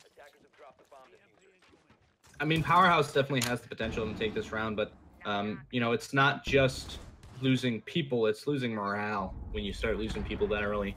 But Euphoria, man, especially that too. That's a big morale kill. Yeah, Lojack's getting taken up by a Claymore. I mean, Swervin is posted by this mirror window, but I think, oh yeah, he does get the shots on the throw, so that's the Thatcher out of the count, but the mirror window is now opened. So it's going to be a lot easier for Nomad to really prevent Swervin from pushing into this hallway. We saw them do it before. Oh, that was a good peek. I mean, if he can keep up these kills, I mean, it's going to definitely put less pressure on them. But Sharsh, once again, the Ash that we've been waiting to see, Crazy, starting to step up, getting a kill there onto Holiday Nog. I mean, it's all down to Swervin now. He's sitting in this hallway. He's going to try to push into VIP. He has no intel on where the attackers are, what they're doing. All he knows is the diffuser is down. 3 of them are alive, and I need to do something now. He has almost no time to really kind of think about what he's going to do now, especially with Sharsh sitting in that hallway and getting the headshot on him as I'm talking about. I think that's here. I feel like this is the first, you know, team like where we've seen such a good Ash playing aggressively as well, and it's paying off. I mean, Sharsh so far has probably been the best, or I wouldn't say out of all the other players, but from the way he's playing Ash today, I mean, it's the best Ash plays that we've at least been able to cast. Well, I mean, I wouldn't say it's the best ones we've been able to cast so far, but he definitely is, you know, doing fantastic on that Ash. He was, you know, doing stupid things before that were costing him his life. But that's, I have to say this based on what we saw before, where Sharsh decided to just kind of, you know, combat crawl through barbed wire in offices on border. Sharsh plays to have fun sometimes. So I think part of it right now is he's like, you know what? I'm done having fun. I think I want to just take the win now, or at least push for that win. Yeah, game time. So, as long as Sharsh continues at this pace, he could take his team to victory on this map. Yeah, I mean, one of their players is really gonna have to step it up on the defense. I mean, do you really opt to try to go for more roam? I mean, in the past, it hasn't really been working out for Nomad. You know, so I'm curious to see what they're gonna do in this situation, especially it's going into match point. They haven't really been too successful in their defense, so their backs are definitely gonna be against the ropes on this one. Now normally if this was ranked, and this is ranked, and I know people are going to give me crap for trying to compare this to ranked, but if this was ranked, I would tell my team, okay, stop roaming, because you guys keep dying and it's pissing me off. But like I said, this isn't ranked. This is a whole different monster. You need to have these roamers in competitive. You need to make sure that you shut down as much map control as possible, because you don't want that enemy team to really get whatever map control they want, because once they get the map control they want, and they start pushing in, they start executing whichever strat they've decided on, it will just crumble for the defenders. So these roamers are massive for them. So I think as long as Nomad just, you know, doesn't lose their roamers or doesn't lose their anchors early on, because if they lose their anchors, then the roamers have to come back to site. So you're losing the anchors and the roamers at that point. So it's they just kind of need to stop losing people early on. They need to buy a bit more time and force Powerhaus to make these split-second decisions that will trigger any mistakes that they can, force. If you force mistakes out of the other team, you take a massive advantage there. So I think Nomads just kind of really needs to work on forcing Powerhaus to take more time. Yeah, you can see they're playing more conservatively. They have their roamers a lot more further in towards these bomb sites.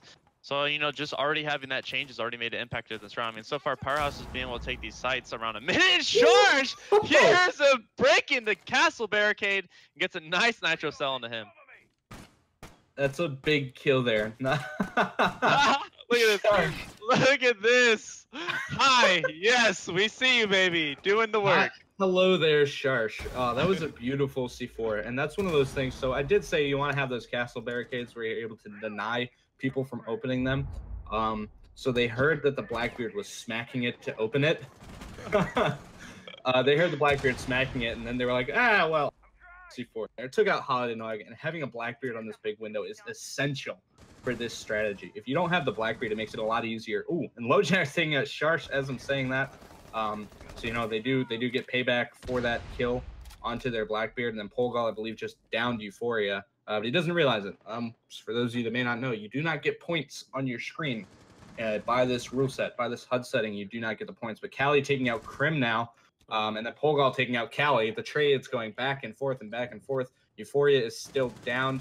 LoJax is getting the plant, and then Swervin taking out Throw as well. It is all down to Anime at this point. I mean, he has no way of getting back to site to pick up Euphoria without getting spotted and taken out.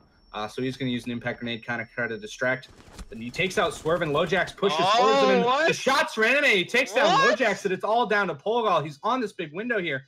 Euphoria finally dies to Polgal, but they're not able to give the call out of where this IQ is. They don't have the intel that they need. So it's going to make it a lot harder, but Anime is going to run out onto this balcony here. He does get spotted. Man. He does get taken out by Polgal with the attackers taking the round. Yeah, I'm not really sure why he opted to go for that kind of play in those final seconds. I mean, I at least would have tried to go for their... I mean, he knew she was repelling there, or at least thought she was. Try to go for the play, but I mean, that was way more riskier just because the intel, that Polgal's been on her game and quick for those shots. But I mean, so far, Powerhaus really changing the tides here against Nomad. They're going to be taking map coastline this time. And at least, I hope at least somebody clipped that kill that Sharsh got on that Holiday Nog. I mean, it's beautiful. I'll guarantee that it's going to be clipped. Chat's going to go nuts. I'm excited to see that. But we are going to be taking a short break here before we go into map 3. Map 3 is going to be... which map is it again? I believe it's Chalet. Oh, it's Chalet? Yeah, Chalet. Border was banned. But with that being said, yes, we are going to go to break, ladies and gentlemen. So go ahead and stick around as we head towards map 3. What's going on, guys, and welcome back to map 3. This time it's going to be Chalet. I mean, so far I got to give a shout out to both teams for making it such an entertaining match. I mean, it's so close to call. I can't really, root for a team at this point. I mean, so far really entertaining matches, and excited to be casting this into the third one. Yeah, I mean, it's just Powerhaus took that map by a landslide there. Based on their performance on Oregon, I wasn't really expecting them to put up that much of a fight on Coastline, but then again, it was their pick, and they knew what they were doing much better than Nomads. So I'm glad that they took that second map by a landslide, and that it's going to be pushed into a third map. So I think this third map, since neither team really picked it, but then again, neither team really banned it, it means that I'm expecting both teams to have at least decent knowledge of the map and decent strategies. But we are getting into the map now. It is Chalet, map 3 for Powerhaus versus Nomads. This could go either way, in my opinion. Yeah, it really could. I mean, it's one of those maps where you get on Rainbow Six for your first time. It instantly becomes one of those, ones that you end up getting a lot in queue as far as your rank games and normals. So, both teams will have a very good idea on how to play this out. It's really going to come down to individual skill as well as communication. So far, we've seen both teams doing a tremendous job playing against each other. I suspect this is going to be a really difficult final match between both teams. I don't really see a landslide happening here. Most likely, I think this is going to be one of those overtime type maps. I wouldn't really say that this is going to be an overtime map. I think it's going to come down to who can win their gunfights better, which so far it's Nomads that wins their gunfights. I'm pretty sure both teams here have, you know, kind of like a above basic, just a little bit above basic knowledge of the map. So they're going to probably be playing some pretty standard strats. You're going to see a couple of roamers upstairs on this site to try to stop people from, you know, taking the hatch and dropping in the kitchen. And we're not going to see anything too out of the ordinary. So it's going to, like I said, it's going to come down to who wins the gunfights in the end. So in your opinion, Nomads being one of the top fraggers so far against Powerhaus, I'm going to kind of tend or lean to agree with that. But I mean, you know, Krim and Holiday so far have been really stepping up the game, especially Polgal. I mean, new to the roster, in case those who haven't really joined the stream yet, is going to be subbing in for Bosco, and so far doing a tremendous job. I think if these three players can, you know, be as consistent as they were on Coastline, they will definitely put up a fight against Nomad. Yeah, they do have the potential to put up a solid fight here, so I don't think it's fair to really try to say it's going to go in one direction. But I think Lojax right here could get the kill onto Euphoria. He just said.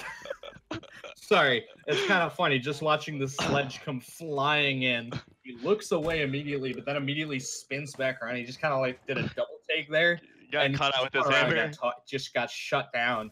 That was hysterical to watch. Sharsh taking some damage from swerving here. So, I mean, Powerhaus off to a pretty good start, if you ask me. Yeah, that was a really good play there. Lojax patiently waiting for the entry. Sledge getting taken off guard, and now Sharsh taking quite a bit of damage as he tries to contest on off his balcony. But so far, you know, it's starting to look really good for Powerhaus. Yeah, I mean, they do have a lot of intel. They know that the Ash was outside on the balcony out there. But Pulse did just notice 2 heartbeats on his sensor. So he's just trying to give his team some more info right now on where some of the attacks are. The C4 from Krim. That's the teamwork that you need. Krim throwing his C4 right onto the ping and then just taking out Callie upstairs. So that's the Hibana down. I believe she did already get the hatch open, so she fulfilled her utility. Throw getting a few shots onto Polgal there. But, I mean, this round is just looking so good for Powerhaus so far. Yeah, I mean, they did a tremendous job. I mean, in another frag, Swervin taking down Sharsh, who was contesting that balcony the whole time. Throw going to get a refrag there on a Swervin. Now putting it into a 4v2, but, you know, not looking good for them as Powerhaus will be mainly turtling down. Polgal still with the Pulse Gadget, misses the Nitro Cell, barely. Anime going to be dropping in, clean up there by Krim. And Krim with the final kill on the throw. I'm not really sure what he was still looking at. I mean, he came down by dropper and his sights were still there. I don't think Pulse noticed the Blackbeard dropping in there. For a second, I thought Pulse got the kill, and I thought it was a little bit of desync. I was like, wait, how did Pulse get the kill? Yeah, that was weird. And I noticed the kill feed. I saw it was a Valkyrie. I was like, okay, good. This game isn't that broken. But you know, I'm glad that Krim was there to get the kill in the end. He did have very good positioning, setting up on that counter, completely shutting down the Blackbeard as he dropped in. I think if Krim hadn't been there, Blackbeard wouldn't have been able to get the kill on the Pulse, and they would have had enough map control possibly to, you know, put up a stronger fight at the end of that round.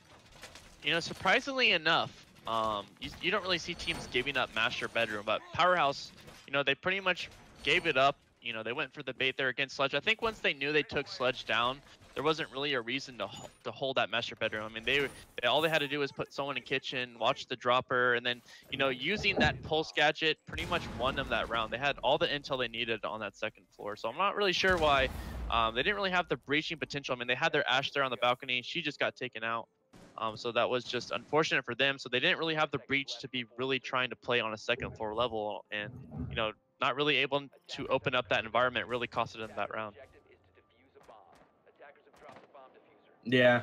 Sorry, I was just a little caught off guard there. Sharsh did just get disconnect. I was happy that we were seeing a cap can, but it does look like we're going to be going into a rehost now. So this round is going to have be rehosted.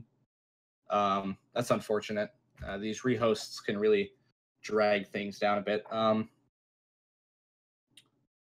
But yeah, so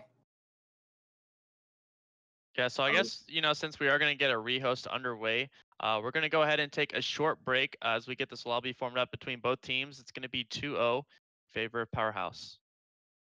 Welcome back, everybody. We are trying to get back into this lobby right now so we can get this.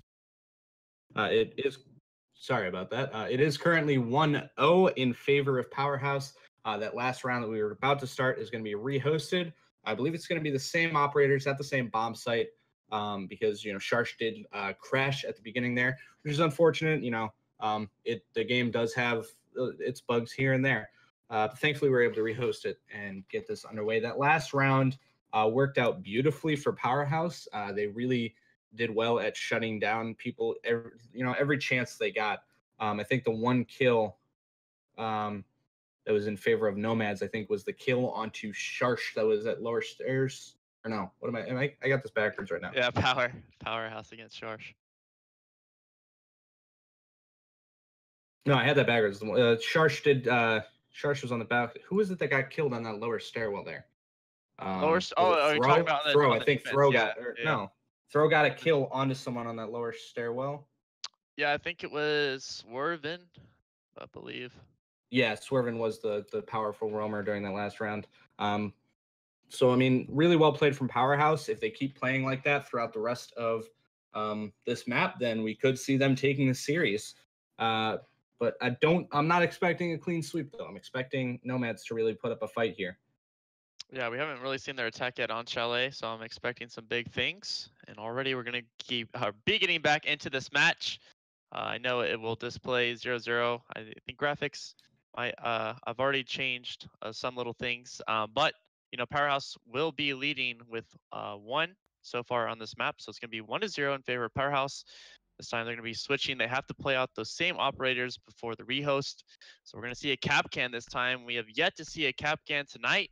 So I'm excited to see what he's going to be able to do here. I mean, this is one of those, at least one of these maps where it really plays into Capcan's favor, especially with the changes. I mean, he has lots of opportunities to place some of those Capcan charges on between doorways, hallways, really get some intel on these teams, especially paired up with an Ella. I mean, I'm expecting a pretty deadly defense here if, they can abuse it the way they want to. I mean, there is not a Twitch that's going to be able to take out those Capcan traps. One of the things that I've heard from a lot of people, they've been saying, oh, no, Capcan is fantastic for ranked, but I don't think he's going to, really get pulled into the competitive meta. I think he can. I think as long as you use the traps, I think closer to site is safer. As long as there's no Twitch that's going to be droning around, closer to sites is safer because you use your roamers to buy as much time as possible, and then you put the attackers into a position where they have to rush. And it looks like Euphoria here going for a spawn peek. He does get the shot on the LoJax. That's a nice early kill from Euphoria there. That's some payback too. Yeah, some payback. I mean, remember LoJax got that really surprising kill there on that sledge, and then this time gets taken off guard as well. Yeah. So I mean, good for Euphoria there, but then Holiday Nog does immediately take out Anime. So, the trade's going back and forth. Yes, you got the kill onto the Jackal, makes it a little bit easier, makes life a bit easier for your roamers. But then you lost, your bandit, who I'm sure he already got all of his bandit charges up, thankfully. But it's still, a fast operator you could have had running around on the map for you. But I think Throw is going to be locked down inside a wine cellar here right now. While the rest of the defenders are back up near site. And I believe there's one up by library. Yeah, right now just waiting for Swervin to make a play right now. Just kind of waiting for those rotates. I mean, good, strategy to opt for that. Waiting for Throw over there by Wineside. They got him pinched off. Pogal gets the kill on a Throw, and now they can start to make their way towards these bomb sites. Krim now getting the kill there on Euphoria. And so already 2 players left remaining on Nomads. Going to be between Cali and Sharsh. Cali getting the kill there onto Holiday Nog. Big pickup kill for him. But the floor underneath will get opened up there by the Bucks. Sharsh trying to get a Nitro Cell kill. Not really sure if there was anyone near that vicinity. Cali, though, might get a possible peek here on Buck, but is going to be forced to rotate out after nades are going to be thrown in his direction right now. They have to force themselves to play really aggressively near this kitchen. Krim patiently waiting to get as much intel as he can before he opts to go for the aggressive push. There he is. Going to get that drone. He knows exactly where Cali is. And right now opting to decide whether he wants to go in through the window and at least have one of his teammates back him up. Yeah, it looks like Polgal was going to try to get a grenade in through that window there. That would have really hurt Cali. Swervin does spot Sharsh on the drone. I don't think Sharsh noticed that there was a drone there. He really needs to try to get back to site now and help out his teammate. I mean, Polgal and Krim are both outside of this trophy window, although it looks like Polgal was just heading upstairs. So now they're taking top floor control. They do still have the Habana, so they're going to be able to open up that hatch when they need to, which sounds like they're going to do right now. Shots being exchanged between Cali and Polgal. Lots of damage on Cali, no damage on Polgal. So I mean, that could be very costly in the end there. You need to be landing those shots on your opponent, especially as the defender here. Sharsh getting taken out by Krim, Cali trading it back, and then Polgal finishing off the round by taking out Cali. Yeah, Cali did a really good job trying to get those frags that he could. Unfortunately, didn't really pay off for them, and I didn't really see too many Capcan charges come into play this time. Really unfortunate to see. I really thought he was going to be a bigger impact on this breach, but I think Powerhaus did a good job utilizing the map control that they had, and were able to push in an advantageous way and take advantage of that bomb sweep. And now they're going to be 2-0 this time on Chalet, so they've won not only on their defense, but now on their attack. Yeah, and they are going to be going down into Wine Cellar and Snowmobile Garage now. So, pretty standard operator pick, as we're always going to see here. The Bandit, the Smoke, the Mirror, the Jaeger, the Yella. All important operators on this site. Jaeger is really helpful for shutting down any smoke pushes that you'll see, or people just throw in their smoke grenades and try to push in based on that, or maybe even flashbangs pushing in based off of that. But we do see a Twitch this time coming into play from Anime. So I think they were predicting this downstairs hold. They have the Twitch and, sorry, I got the hiccups now. The Twitch and the Thatcher, so they're going to be able to get rid of any bandit charges that are down by the Snowmobile Garage door. And they're probably going to open that up pretty quickly. Now, the downside to this operator lineup, they have no thermite. So Habana has to use all of her pellets to open up the wine cellar or the Snowmobile Garage door. And then she has nothing for opening up the mirror window that is inevitably going to be put up on this wall facing Snowmobile from Wine. So you really need to be able to shut down the person that's going to be holding that. Otherwise, you're going to get caught off guard. You're going to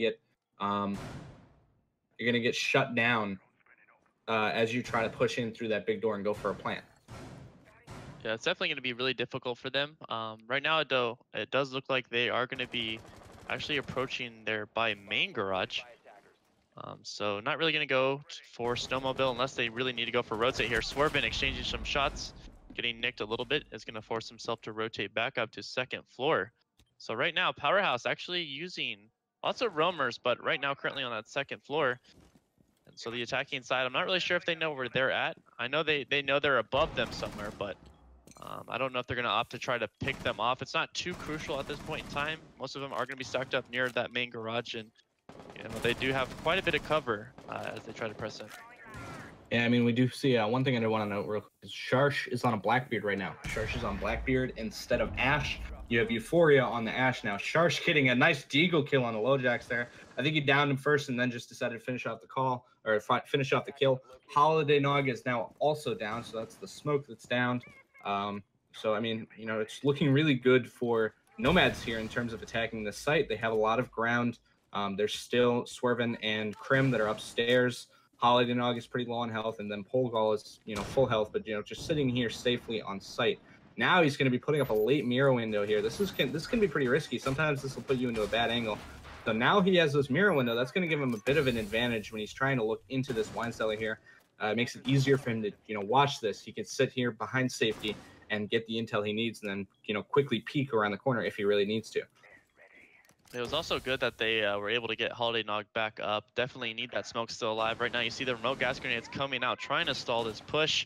But it's going to be Sharsh. Bomb's going to get placed down. Holiday Nog getting taken down. Cali now on to Swervin. We're going to see another frag throw, taking down Polgal. Krim, though, coming up behind, takes down Cali. It's going to be up to him to clutch us out in a 1v4 situation. So far, not looking good for him.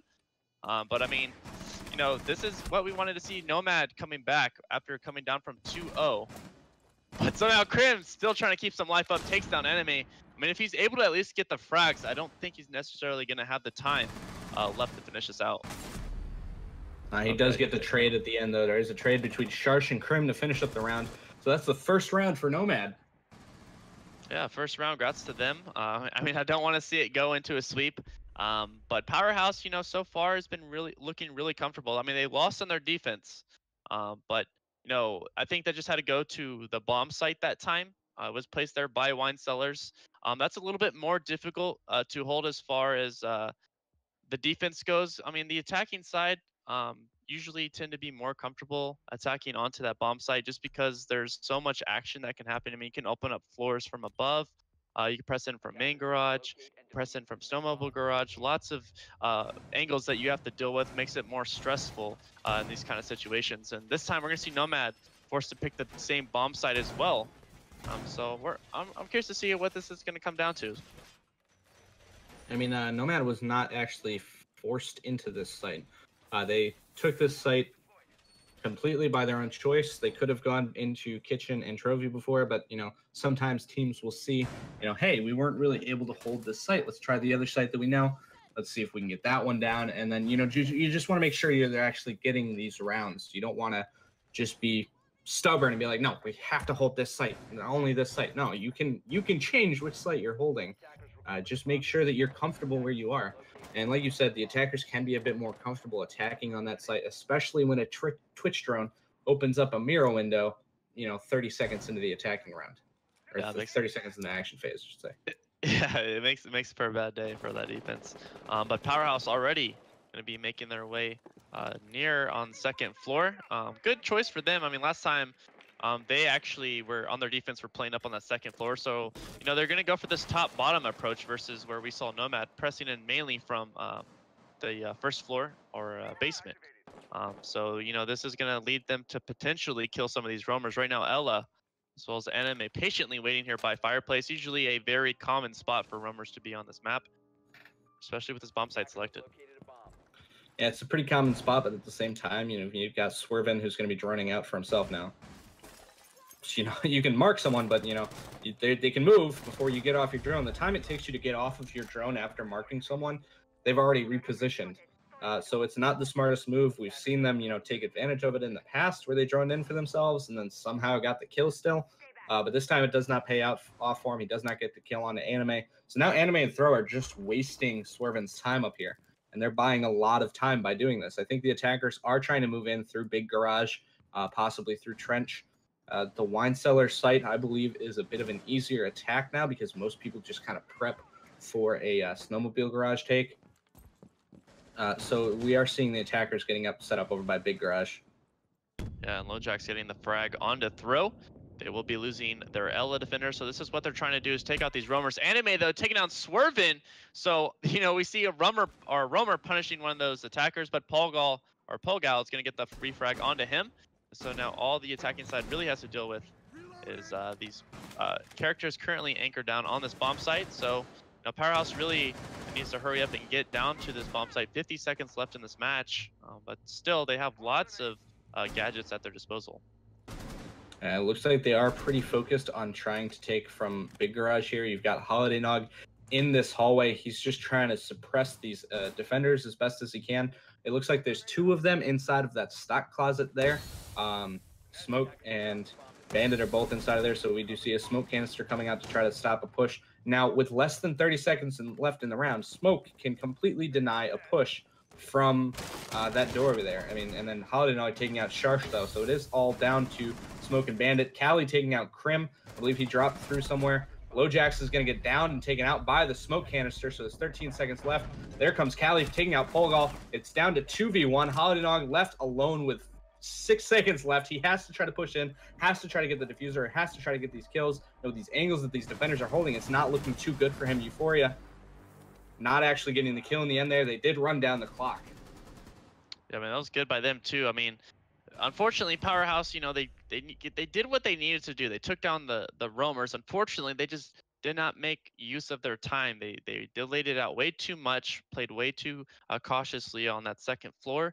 I mean, yeah, they got the frags, but I mean, they weren't really able to have enough time to make the plays up after that. It pretty much played down into Smoke's favor, like you said.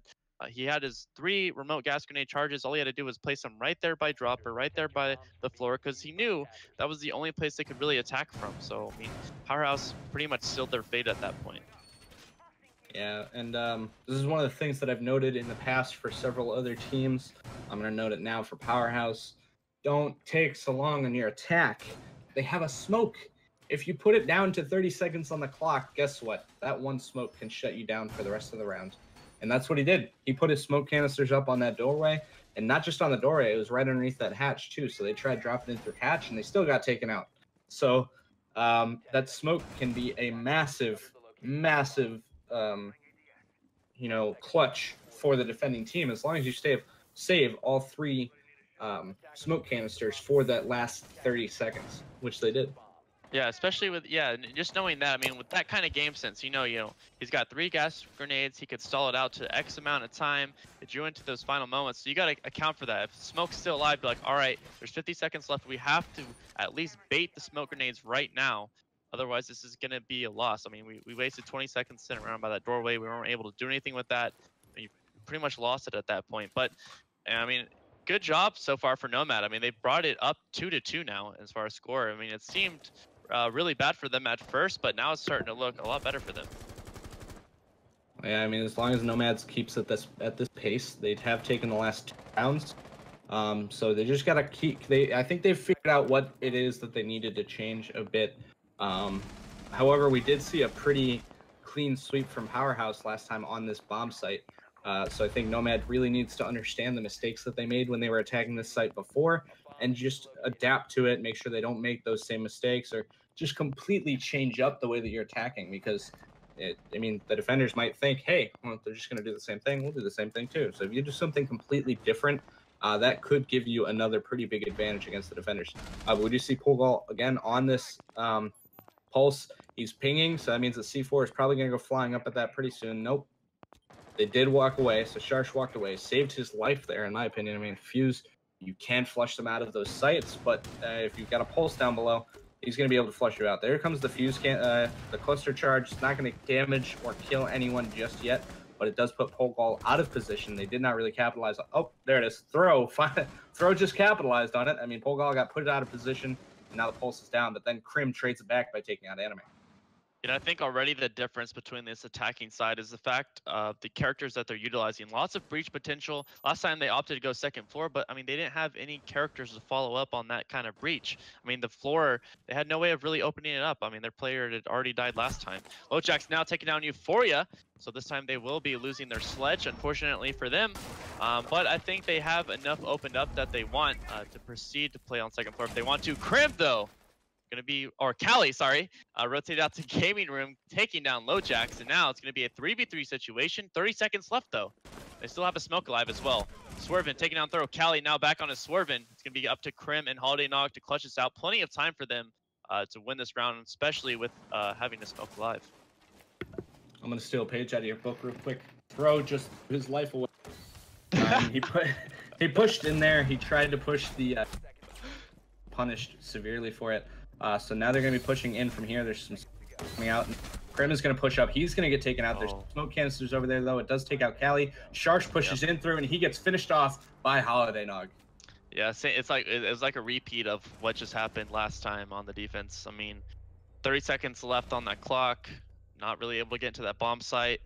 Smoke's pretty much left to win that round with ease with those gadgets. I mean, they almost clutched it, but I mean, Holiday Nog left alive as their last player, and he's playing smoke. Pretty good odds for Powerhouse. This time it's going to go 3-2. Powerhouse slowly drawing it towards match point, but pretty even out between characters. I think Nomad played that a little too poorly on the second floor. I mean, they were aware that Pulse was alive, but they took Polgal down pretty early on, so I'm not really sure why they opted to go for these first floor type pushes. I mean, Powerhouse really only roamed over there by garage, by a snowmobile garage over there by those stairs, the great room stairs. So they pretty much could have just been on the second floor, open up underneath, force those defenders to rotate out of kitchen and out of trophy room, and then at least, you know, place one of your attackers near Great Hall just to deal with the rotate. I mean, they were running really low on time there, and the two of them had pushed over towards gaming room to really take out those last two roamers that were over there. It was an Ella and a Jaeger that were both over there. So I think the main reason that they went in through the big double door there was because they were low on time and they were not in position to really drop in through hatch or anything like that. So at that point, it was much smarter for them to push in through big door there. I think what really cost them in the end was that other smoke grenade flying into sight too far. If they had actually shut down line of sight from the hallway, Sharsh would have been able to run safely onto site and then gotten the plant down and then gotten to a better position to where he could just defend the diffuser. But Sharsh hitting some nice damage onto Swerve there, almost taking out the Ash this early in the round. I mean, that would have been huge for Nomads. Yeah, Powerhouse, could have ended up making this more of a difficult round, but props to Swervin for being able to bob and weave between those bullets after getting a significant amount of damage against him. Right now, Nomads patiently waiting. This time, having a Valkyrie as well as an Echo. So this is going to be some nice intel as far as trying to turtle down onto the bomb site, use that yokai to, defend against the bomb plant. Right now, this is actually a deadly spot for Polgal. She can open up right underneath Trophy Room, force the defenders into Kitchen, and then, give a little bit of an advantage to Blackbeard, pop out some of these roamers. And right now, I think Swervin, unfortunately, is going to have to play more cautiously. Took quite a bit of damage. Can't really go in there into the Great Hall. And so he's going to have to go for the second floor type push there. Tour Master Bedroom, try to use those breaching charges to open up above. Yeah, I mean, Polgal going for a lot of vertical play, almost takes himself out with a grenade. That would have been an F if I've ever seen one. But he did run away just in the nick of time. He did not cook the grenade for too long. But Callie almost getting spotted out by the Hibana upstairs. But then he does get spotted by Swerve and he gets taken down. Yep, there's the kill coming in from Swerve. So Callie is now out. And we have seen Callie doing a lot of work tonight. So, I mean, that could be a pretty bad loss for Nomads. Yeah, sorry. I believe there's another person that's down to inside a trophy right now. LoJack's taking out Throw. Yeah, no, it looks like Anime is downed.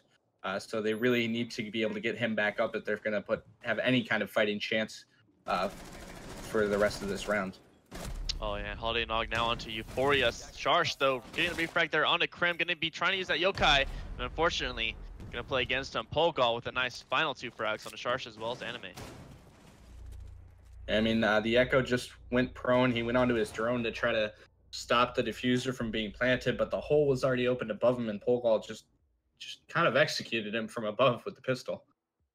Yeah, it was a pretty dirty round for them, honestly. I mean, they gave way too much control over there above the second floor, and Powerhaus was able to take full advantage of that and completely decimate most of that vertical play in their favor, completely opening up Nomad to lots of kill potential and ended up costing them that round there. And this time, it's going to be Powerhaus with a score of 4-2. This is going to be into match point. So Nomad really is going to have to change something here if they want to pull off a win. I mean, we saw Powerhaus get into this position on the last map where it was 4-2, and then they just kind of shut it down. They made sure that they took that map, so it's possible that they're going to do the same thing here. And if they take that map, that gives them the series. So this will be a match win for Powerhaus if they take this round. Yeah, I think it's going to kind of come down to their defense here on Cellar. Last time they did a pretty good job as far as using the smoke grenades near the dropper. Or was that, I believe maybe that was Nomads that actually had the smoke left alive. Can't remember.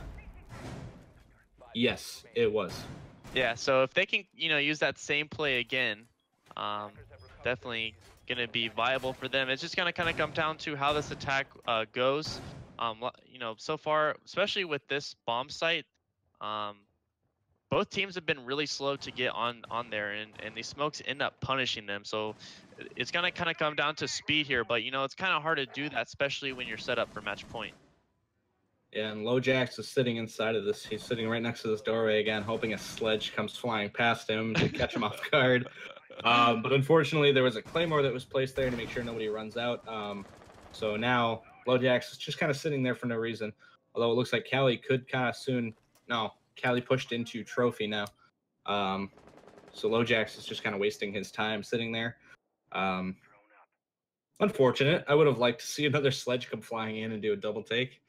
Yeah, I hope someone clips that. That was a fantastic kill to watch. Yeah, I'm sure we're gonna see 2 clips at least tonight. One that's that nice nitro cell by Sharsh, and then at least that sledge kill. I mean, it was pretty hysterical to see that double take. But right now, Sharsh almost just got a quick peek there by Swervin, so he's going to have to force himself now to rotate back out. And right now, lots of time getting wasted here, and no plays really happening, so they're not really utilizing their time at this point. I think a smart thing that just happened, though, is Sharsh, I believe, is heading down towards Snowmobile Garage, while Habana is over here going to try to open up Weinstock. So if Thermite no, never mind. Thermite rotated off, I guess. So Habana has started opening up Weinstock, and there comes the Thermite to finish opening up Weinstock. Holiday Nog is probably going to try to peek this. He's going to get taken out immediately by Throw. So that's the smoke out of the count. That smoke is huge for this site. So it's extremely unfortunate. But Lojax does take out Euphoria, and Lojax is coming in for the flank now, but Anime takes out Crim. With the final minute left, and right now looking good for Nomad as they're pressing in. This is exactly what they need to do. They took out the smoke. They don't have to deal with the time delay now. Anime going to be losing that shield. Still has one to place back up. Pogol going to kill there onto Throw. Hopefully Nomad does not end up throwing this. Otherwise it's going to be match point. Lojax now onto Cali. Not looking good for them right now. Anime with a kill there onto Pogol. It's a 2v2 situation. This is exactly the type of anticipation you want to see, ladies and gentlemen. It's about to come down to a round win for Powerhaus if they're able to pull it off here. But unfortunately, Swervin is going to get taken out by Shar, so you can see Nomad trying to stay alive. Lojax now 20 seconds left. Can he do this, ladies and gentlemen? Trying to press down onto this bomb site. I mean, he has to push now. He has to catch Sharsh off guard, but Anime is going to be looking at the main stairs at just the right time. He takes Lojax, pushing it in a round further. So it is right now a 4-3 score. Still match point for Powerhaus, but if Nomads takes this next round, then that is going to put it into overtime. I mean, props to Nomad. I mean, that was really, really close. I mean, they were doing really well, but it really got to that heart-pounding situation. 2v2, lots of Powerhouses still left alive in the match. So, good job to them for being able to get a breath of life there, keeping their team alive. Really, they need to win this next round in order to take it into overtime. Otherwise, Powerhaus will be taking Map Chalet and the rest of this match.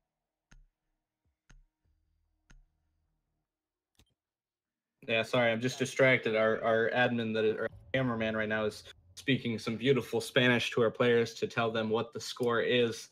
And then it's just a entertaining little back and forth between CZ and some of these players. But yeah, so I mean, Nomads, if they perform like they did during that round, it was dirty. It didn't go super smooth for them. I don't like seeing attacks like that because any little mistake there would have put the round to Powerhouse's favor. So it wasn't the cleanest take, it wasn't the cleanest win, but it was still a win. And as long as they're able to continue that, they can put it to overtime. And I think if they push it to overtime and kind of drop Powerhouse's momentum, then they have a good chance of taking this map. Yeah, and once again, Powerhaus did really good last time pressing onto Wine Cellars. So I'm not sure if I necessarily agree with the choice, but I mean, they did really, really poorly on the kitchen. So it's kind of, I guess, the only option they want to try to go for as far as, what their success rate has been like. But hopefully they're able to pull off a miracle here.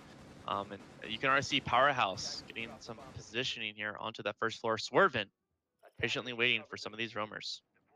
Yeah, I don't think there are any roamers right now, though. I think, or no, Anime is running around somewhere on the map. I don't actually see him right now. But someone just stepped into a goo mine. Oopsies. But we did see this is the site that Nomad has held really well, mainly because Powerhaus took so long in their attack. And you do see Anime up here on the third floor. If he's able to buy enough time, then I could see Nomads taking this round. But I think if Powerhaus, kind of speeds up their attack here and makes sure that they take the advantage, this is definitely going to go in Powerhaus's favor. We do see them already opening a big wall here into Wine Cellar. So that's going to put a lot of the defenders out of position. That's going to give Holiday Nog the potential to shut down a lot of rotations from the defenders. Yeah, he's been so far really deadly on his Blackbeard, but already takes quite a bit of damage. This is going to reduce the aggression that he can put on this team now. But Anime still roaming upstairs, so he's, causing a little bit of delay here from potential attackers that could be down here attacking the cellar. Lojax taking quite a bit of damage. I think he is going to be down. Yes, Anime still causing lots of chaos here. So props to him for able to stall us out already to a minute left. They still have a smoke alive. They need to count for that as it starts drawing down to those final 30 seconds. Anime, though, getting the kill there on the low jacks, able to finish him off. They're going to be losing that low jack. So now he's kind of more open to roam as much as he wants. That's just to the fact that he won't be able to get spotted. But Krim getting the kill there onto Cali. Now it's going to be a 4v4 situation. Holiday Nog still trying to win these trades with lots of damage against him. Euphoria fragging now onto Polgal. Right now, I can see Holiday Nog trying to make this aggressive push towards Wine Cellars, but has to be more cautious. He gets the pick there on his charge. Euphoria on his swerve, so Holiday Nog still left alive as well as Krim. This could potentially go into Nomad's favor, 3-2, and they still have Smoke alive. I mean, it's less than 30 seconds left in the round. I don't know how many smoke canisters Euphoria has left, but he can shut down. Oh, but he does get downed, actually. So now C4 is going to come out. It's going to down Krim. Holiday Nog being left alive with very little health. He's the last one standing, and Anime gets him from above by the hatch. I think even if Anime hadn't gotten the kill there, Throw would have gotten the shot by crouching underneath that mirror window. And props to Nomads for being able to take this now into overtime. So incredible to see what they're going to be able to do against Powerhaus right now. Yeah, I mean, we are going to have to rehost really quickly so we can get into this overtime. Hopefully, we're able to get this done quickly. We want to try to keep getting these matches going tonight. But I mean, this could potentially go either way here. As long as Nomad wins their first round, or wins their attacking round, and then is able to win a defense on that wine cellar there again, then I think Nomad can take this. But if Powerhaus wins their defense on that kitchen trophy, as they have so far, then we could see Powerhaus just completely shutting out this overtime period. Yep. And so I believe, are they supposed to be going for the rehost right now? I'm not sure. Because that's 4-4. It's technically in overtime. So we're going to go ahead and try to go for the rehost here. So we're going to go ahead and take a little bit of a break as we get that underway. Starting out here on the defense. So Polgal, once again, they're going to play kitchen and trophy room. So far has been such a crucial pulse on this site, especially, you know, getting those nitro cells as well as those spots underneath the floor. So expecting some big things from them this time on the defense, as opposed to how they held that cellar last time. I mean, it's if Powerhaus wins this round, I could definitely see them taking the map, unless, you know, on the defending side, Nomads decides to go downstairs. That would definitely make it a bit harder for Powerhaus to really get a clean win. And I think Nomads so far has had a pretty decent attack on Wine Cellar. So if this does go to 5-5, and you know, Powerhaus ends up back on defense and they have to go downstairs, I could see Nomads taking that win there. Yeah, still lots of viable options. I mean, you know, incredible for them to come up from, or down from 4-2, you know, tie it up, bring it into overtime. So, you know, they're really starting to get at least a better read or game sense against Powerhaus at this point in time. But, you know, there's still lots of potential plays to happen between Powerhaus. I'm not knocking them at all. I mean, they've been performing really well still in between rounds. It's been coming down to these close calls, these 2v2 situations, these 1v1s. It's pretty much come down to, you know, who's left remaining on your roster. Is it your supports? Is it or is it your main attackers? I mean, Sharsh has been playing quite a bit here so far. So I mean, he's trying to flush out the. He does have the shield, and the C4 is going to come out for Polgal, but it's not going to do anything. Flies right over Sharsh's head. Oh, and he's going to get fragged out there by Krim. Nice peek there on the kitchen. He's going to be, you know, using advantage of those black eyes as best as he can right now. Still waiting for some potential kills. I think right now we're just trying to see what the attacking side's going to do. They do have their fuse down, unfortunately, so it's kind of going to change exactly how they approach this bomb site. You know, they're not going to have it as strong as a second floor push. You know, they will be down those fuse charges, but they still have the Candelas as well as the Habana to open up some of this floor. Euphoria gonna get the frag there onto Krim now. So far, trading out that Valkyrie, so that's going to be a good trade for them. But they still have Pulse alive. Polgal has been doing a tremendous job as far as decimating this defense or this attacking side. I mean, he every single round so far that he's been on this Pulse inside of Kitchen there, he doesn't even need to get the C4 kills. He would just point it out for his teammates. But losing Krim, he no longer has that teammate with the C4, so he doesn't have that vertical play advantage that they had in previous rounds. But it does look like the attackers are kind of committing here. Elwin Throw does get down and then finished off by the smoke canister. Looks like the attackers were committing to Trophy there. But they got caught off guard. Throw being downed. I believe the diffuser is now downed on site. They have to commit to Trophy. And Anime losing his shield to Polgal, but Polgal taking a lot of damage there. Could have been costly in the end, but thankfully he was able to make it out of there alive. They found the drone that was spotting him, so that gives him a little bit more of an advantage now too. But Callie taking out Polgal, so just as I say he gets that advantage, he does get taken down. Swervin is still running around upstairs, and Lojax is running around downstairs. So, I mean, it's Holiday Nog left to contest this site alone. And as I'm saying that, Callie runs in and just takes out Holiday Nog, giving site control to Nomads. Swervin runs outside. He takes out Euphoria. Anime taking out Swervin. It's all down to Lojax. Callie and Anime are both up near site. I believe the diffuser is going to go down. 3 seconds to 1. There's the diffuser. So now it's just Callie and Anime just sitting here inside a trophy. They just have to make sure that Lojax isn't able to get back to site. Yeah, I mean, they did a tremendous job taking on the smoke. You know, that reduced the gadget use. I mean, Habana, Callie playing so aggressively onto that site. Good call, good game sense by him. And now they put themselves in a very advantageous position. All they have to do is hold down this bomb site as it draws in towards the end. 50% left on this bomb. And already shots getting exchanged there between Ella and Callie. Is going to win the trade. Pretty much taking that round for his team. So now it's going to be 5-4 in favor of Nomads. All they have to do is win one more round, and they're going to be taking this match against Powerhaus. I mean, that was a beautiful play. This is what I'm saying. We didn't see Callie really showing up before this matchup tonight. And then tonight, he's just been doing fantastic work. He single-handedly just pushed right into sight, shut down Holiday Nog as he was holding in Trophy, completely destroyed him, took sight, and then, you know, yeah, Swervin tried to run out and get the kills on the people as they were outside of the window. He got one kill, but then he had to run back inside. The attackers knew, hey, he's not even near site. Let's just, you know, get onto site. Let's get the diffuser down. They pushed in. They got the diffuser down. And they just sat there nice and safe. And then Callie got the Ella. Ella wasn't even looking at him. And the Ella came flying around the corner, started looking at Callie, but Callie got the shots off first and finished up the round. So, I mean, seeing Callie showing up tonight like he should have been doing in those other matches, that gives a lot more hope for Nomad in the future.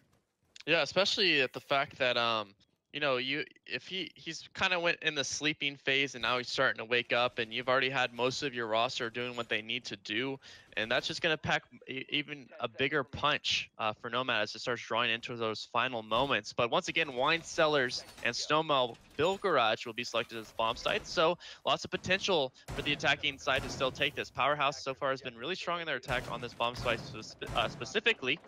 But this is the site I think Nomad ended up taking this match into overtime. So they had some success there. They're going to need a little bit of that luck once again. I mean, it's not even just luck from Nomads. It's just it's Powerhaus taking too long to really push in. Anime dropping down and taking out Crims as he tries to push in through there. That's massive for him. I mean, that's the Habana down and out. They have no way of breaching any reinforced walls now, any reinforced hatches, anything like that. So that breachability being shut down is huge for them. And now Throw's going to put up his mirror window on the closet here. And I honestly, I think that right there is already the round going to Nomads. Or they lost their Habana. They can't put a Holiday in the hallway. They can't open up Snowmobile Garage. It's going to be really hard for them to attack the site unless they come in through blue and somehow flush the defenders out of Snowmobile. Yeah, it's going to be a battle of the angles as well as the gadgets. They're really going to have to rely on some of those flashbangs in order to press onto the site. So yes, like you said, it will be a lot more difficult. And, you know, Anime coming in like Batman, taking down Habana with ease. It's going to be very unfortunate for Powerhaus. And like you said, this could potentially be match for Nomad. I have to say, I'm kind of upset with Krim pushing in that quickly there. when you're the only breacher, I think if you had a thermite, then I'd say, okay, yeah, use Hibana as, quick entry fragger. She can be extremely useful as an entry fragger.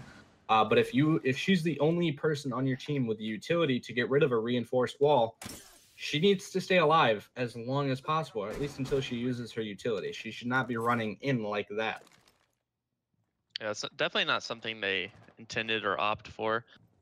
So not really sure what happened there. But right now, Powerhaus still trying to make best of the situation that they're currently being dealt with. As they rotate down to these bomb sites, like I said, it's going to be a battle of the angles. Luckily, they still have a Blackbeard in their roster to kind of, better get a little bit of a peek advantage onto where these defenders are currently anchored, just to give them a little bit of advantage. But unfortunately, Anime is going to be taking on Holiday Nog once again. A vital character on the Powerhaus will be taken down. We're going to see Throw now getting knocked down on the Mira, but easily he's going to retreat back to his teammate Euphoria. Is going to be able to pick him up with ease. Yeah, I mean, 15 seconds left on the clock. I think there's still a smoke canister. Lojax is on this main stairwell here, but Anime, oh no, Sharsh is going to come in for the flank and take him out, and then he's going to take out Swervin, and then Euphoria is going to finish up Polgal, finishing up the round, finishing up the map, finishing up the match. Beautifully finished by Nomad there.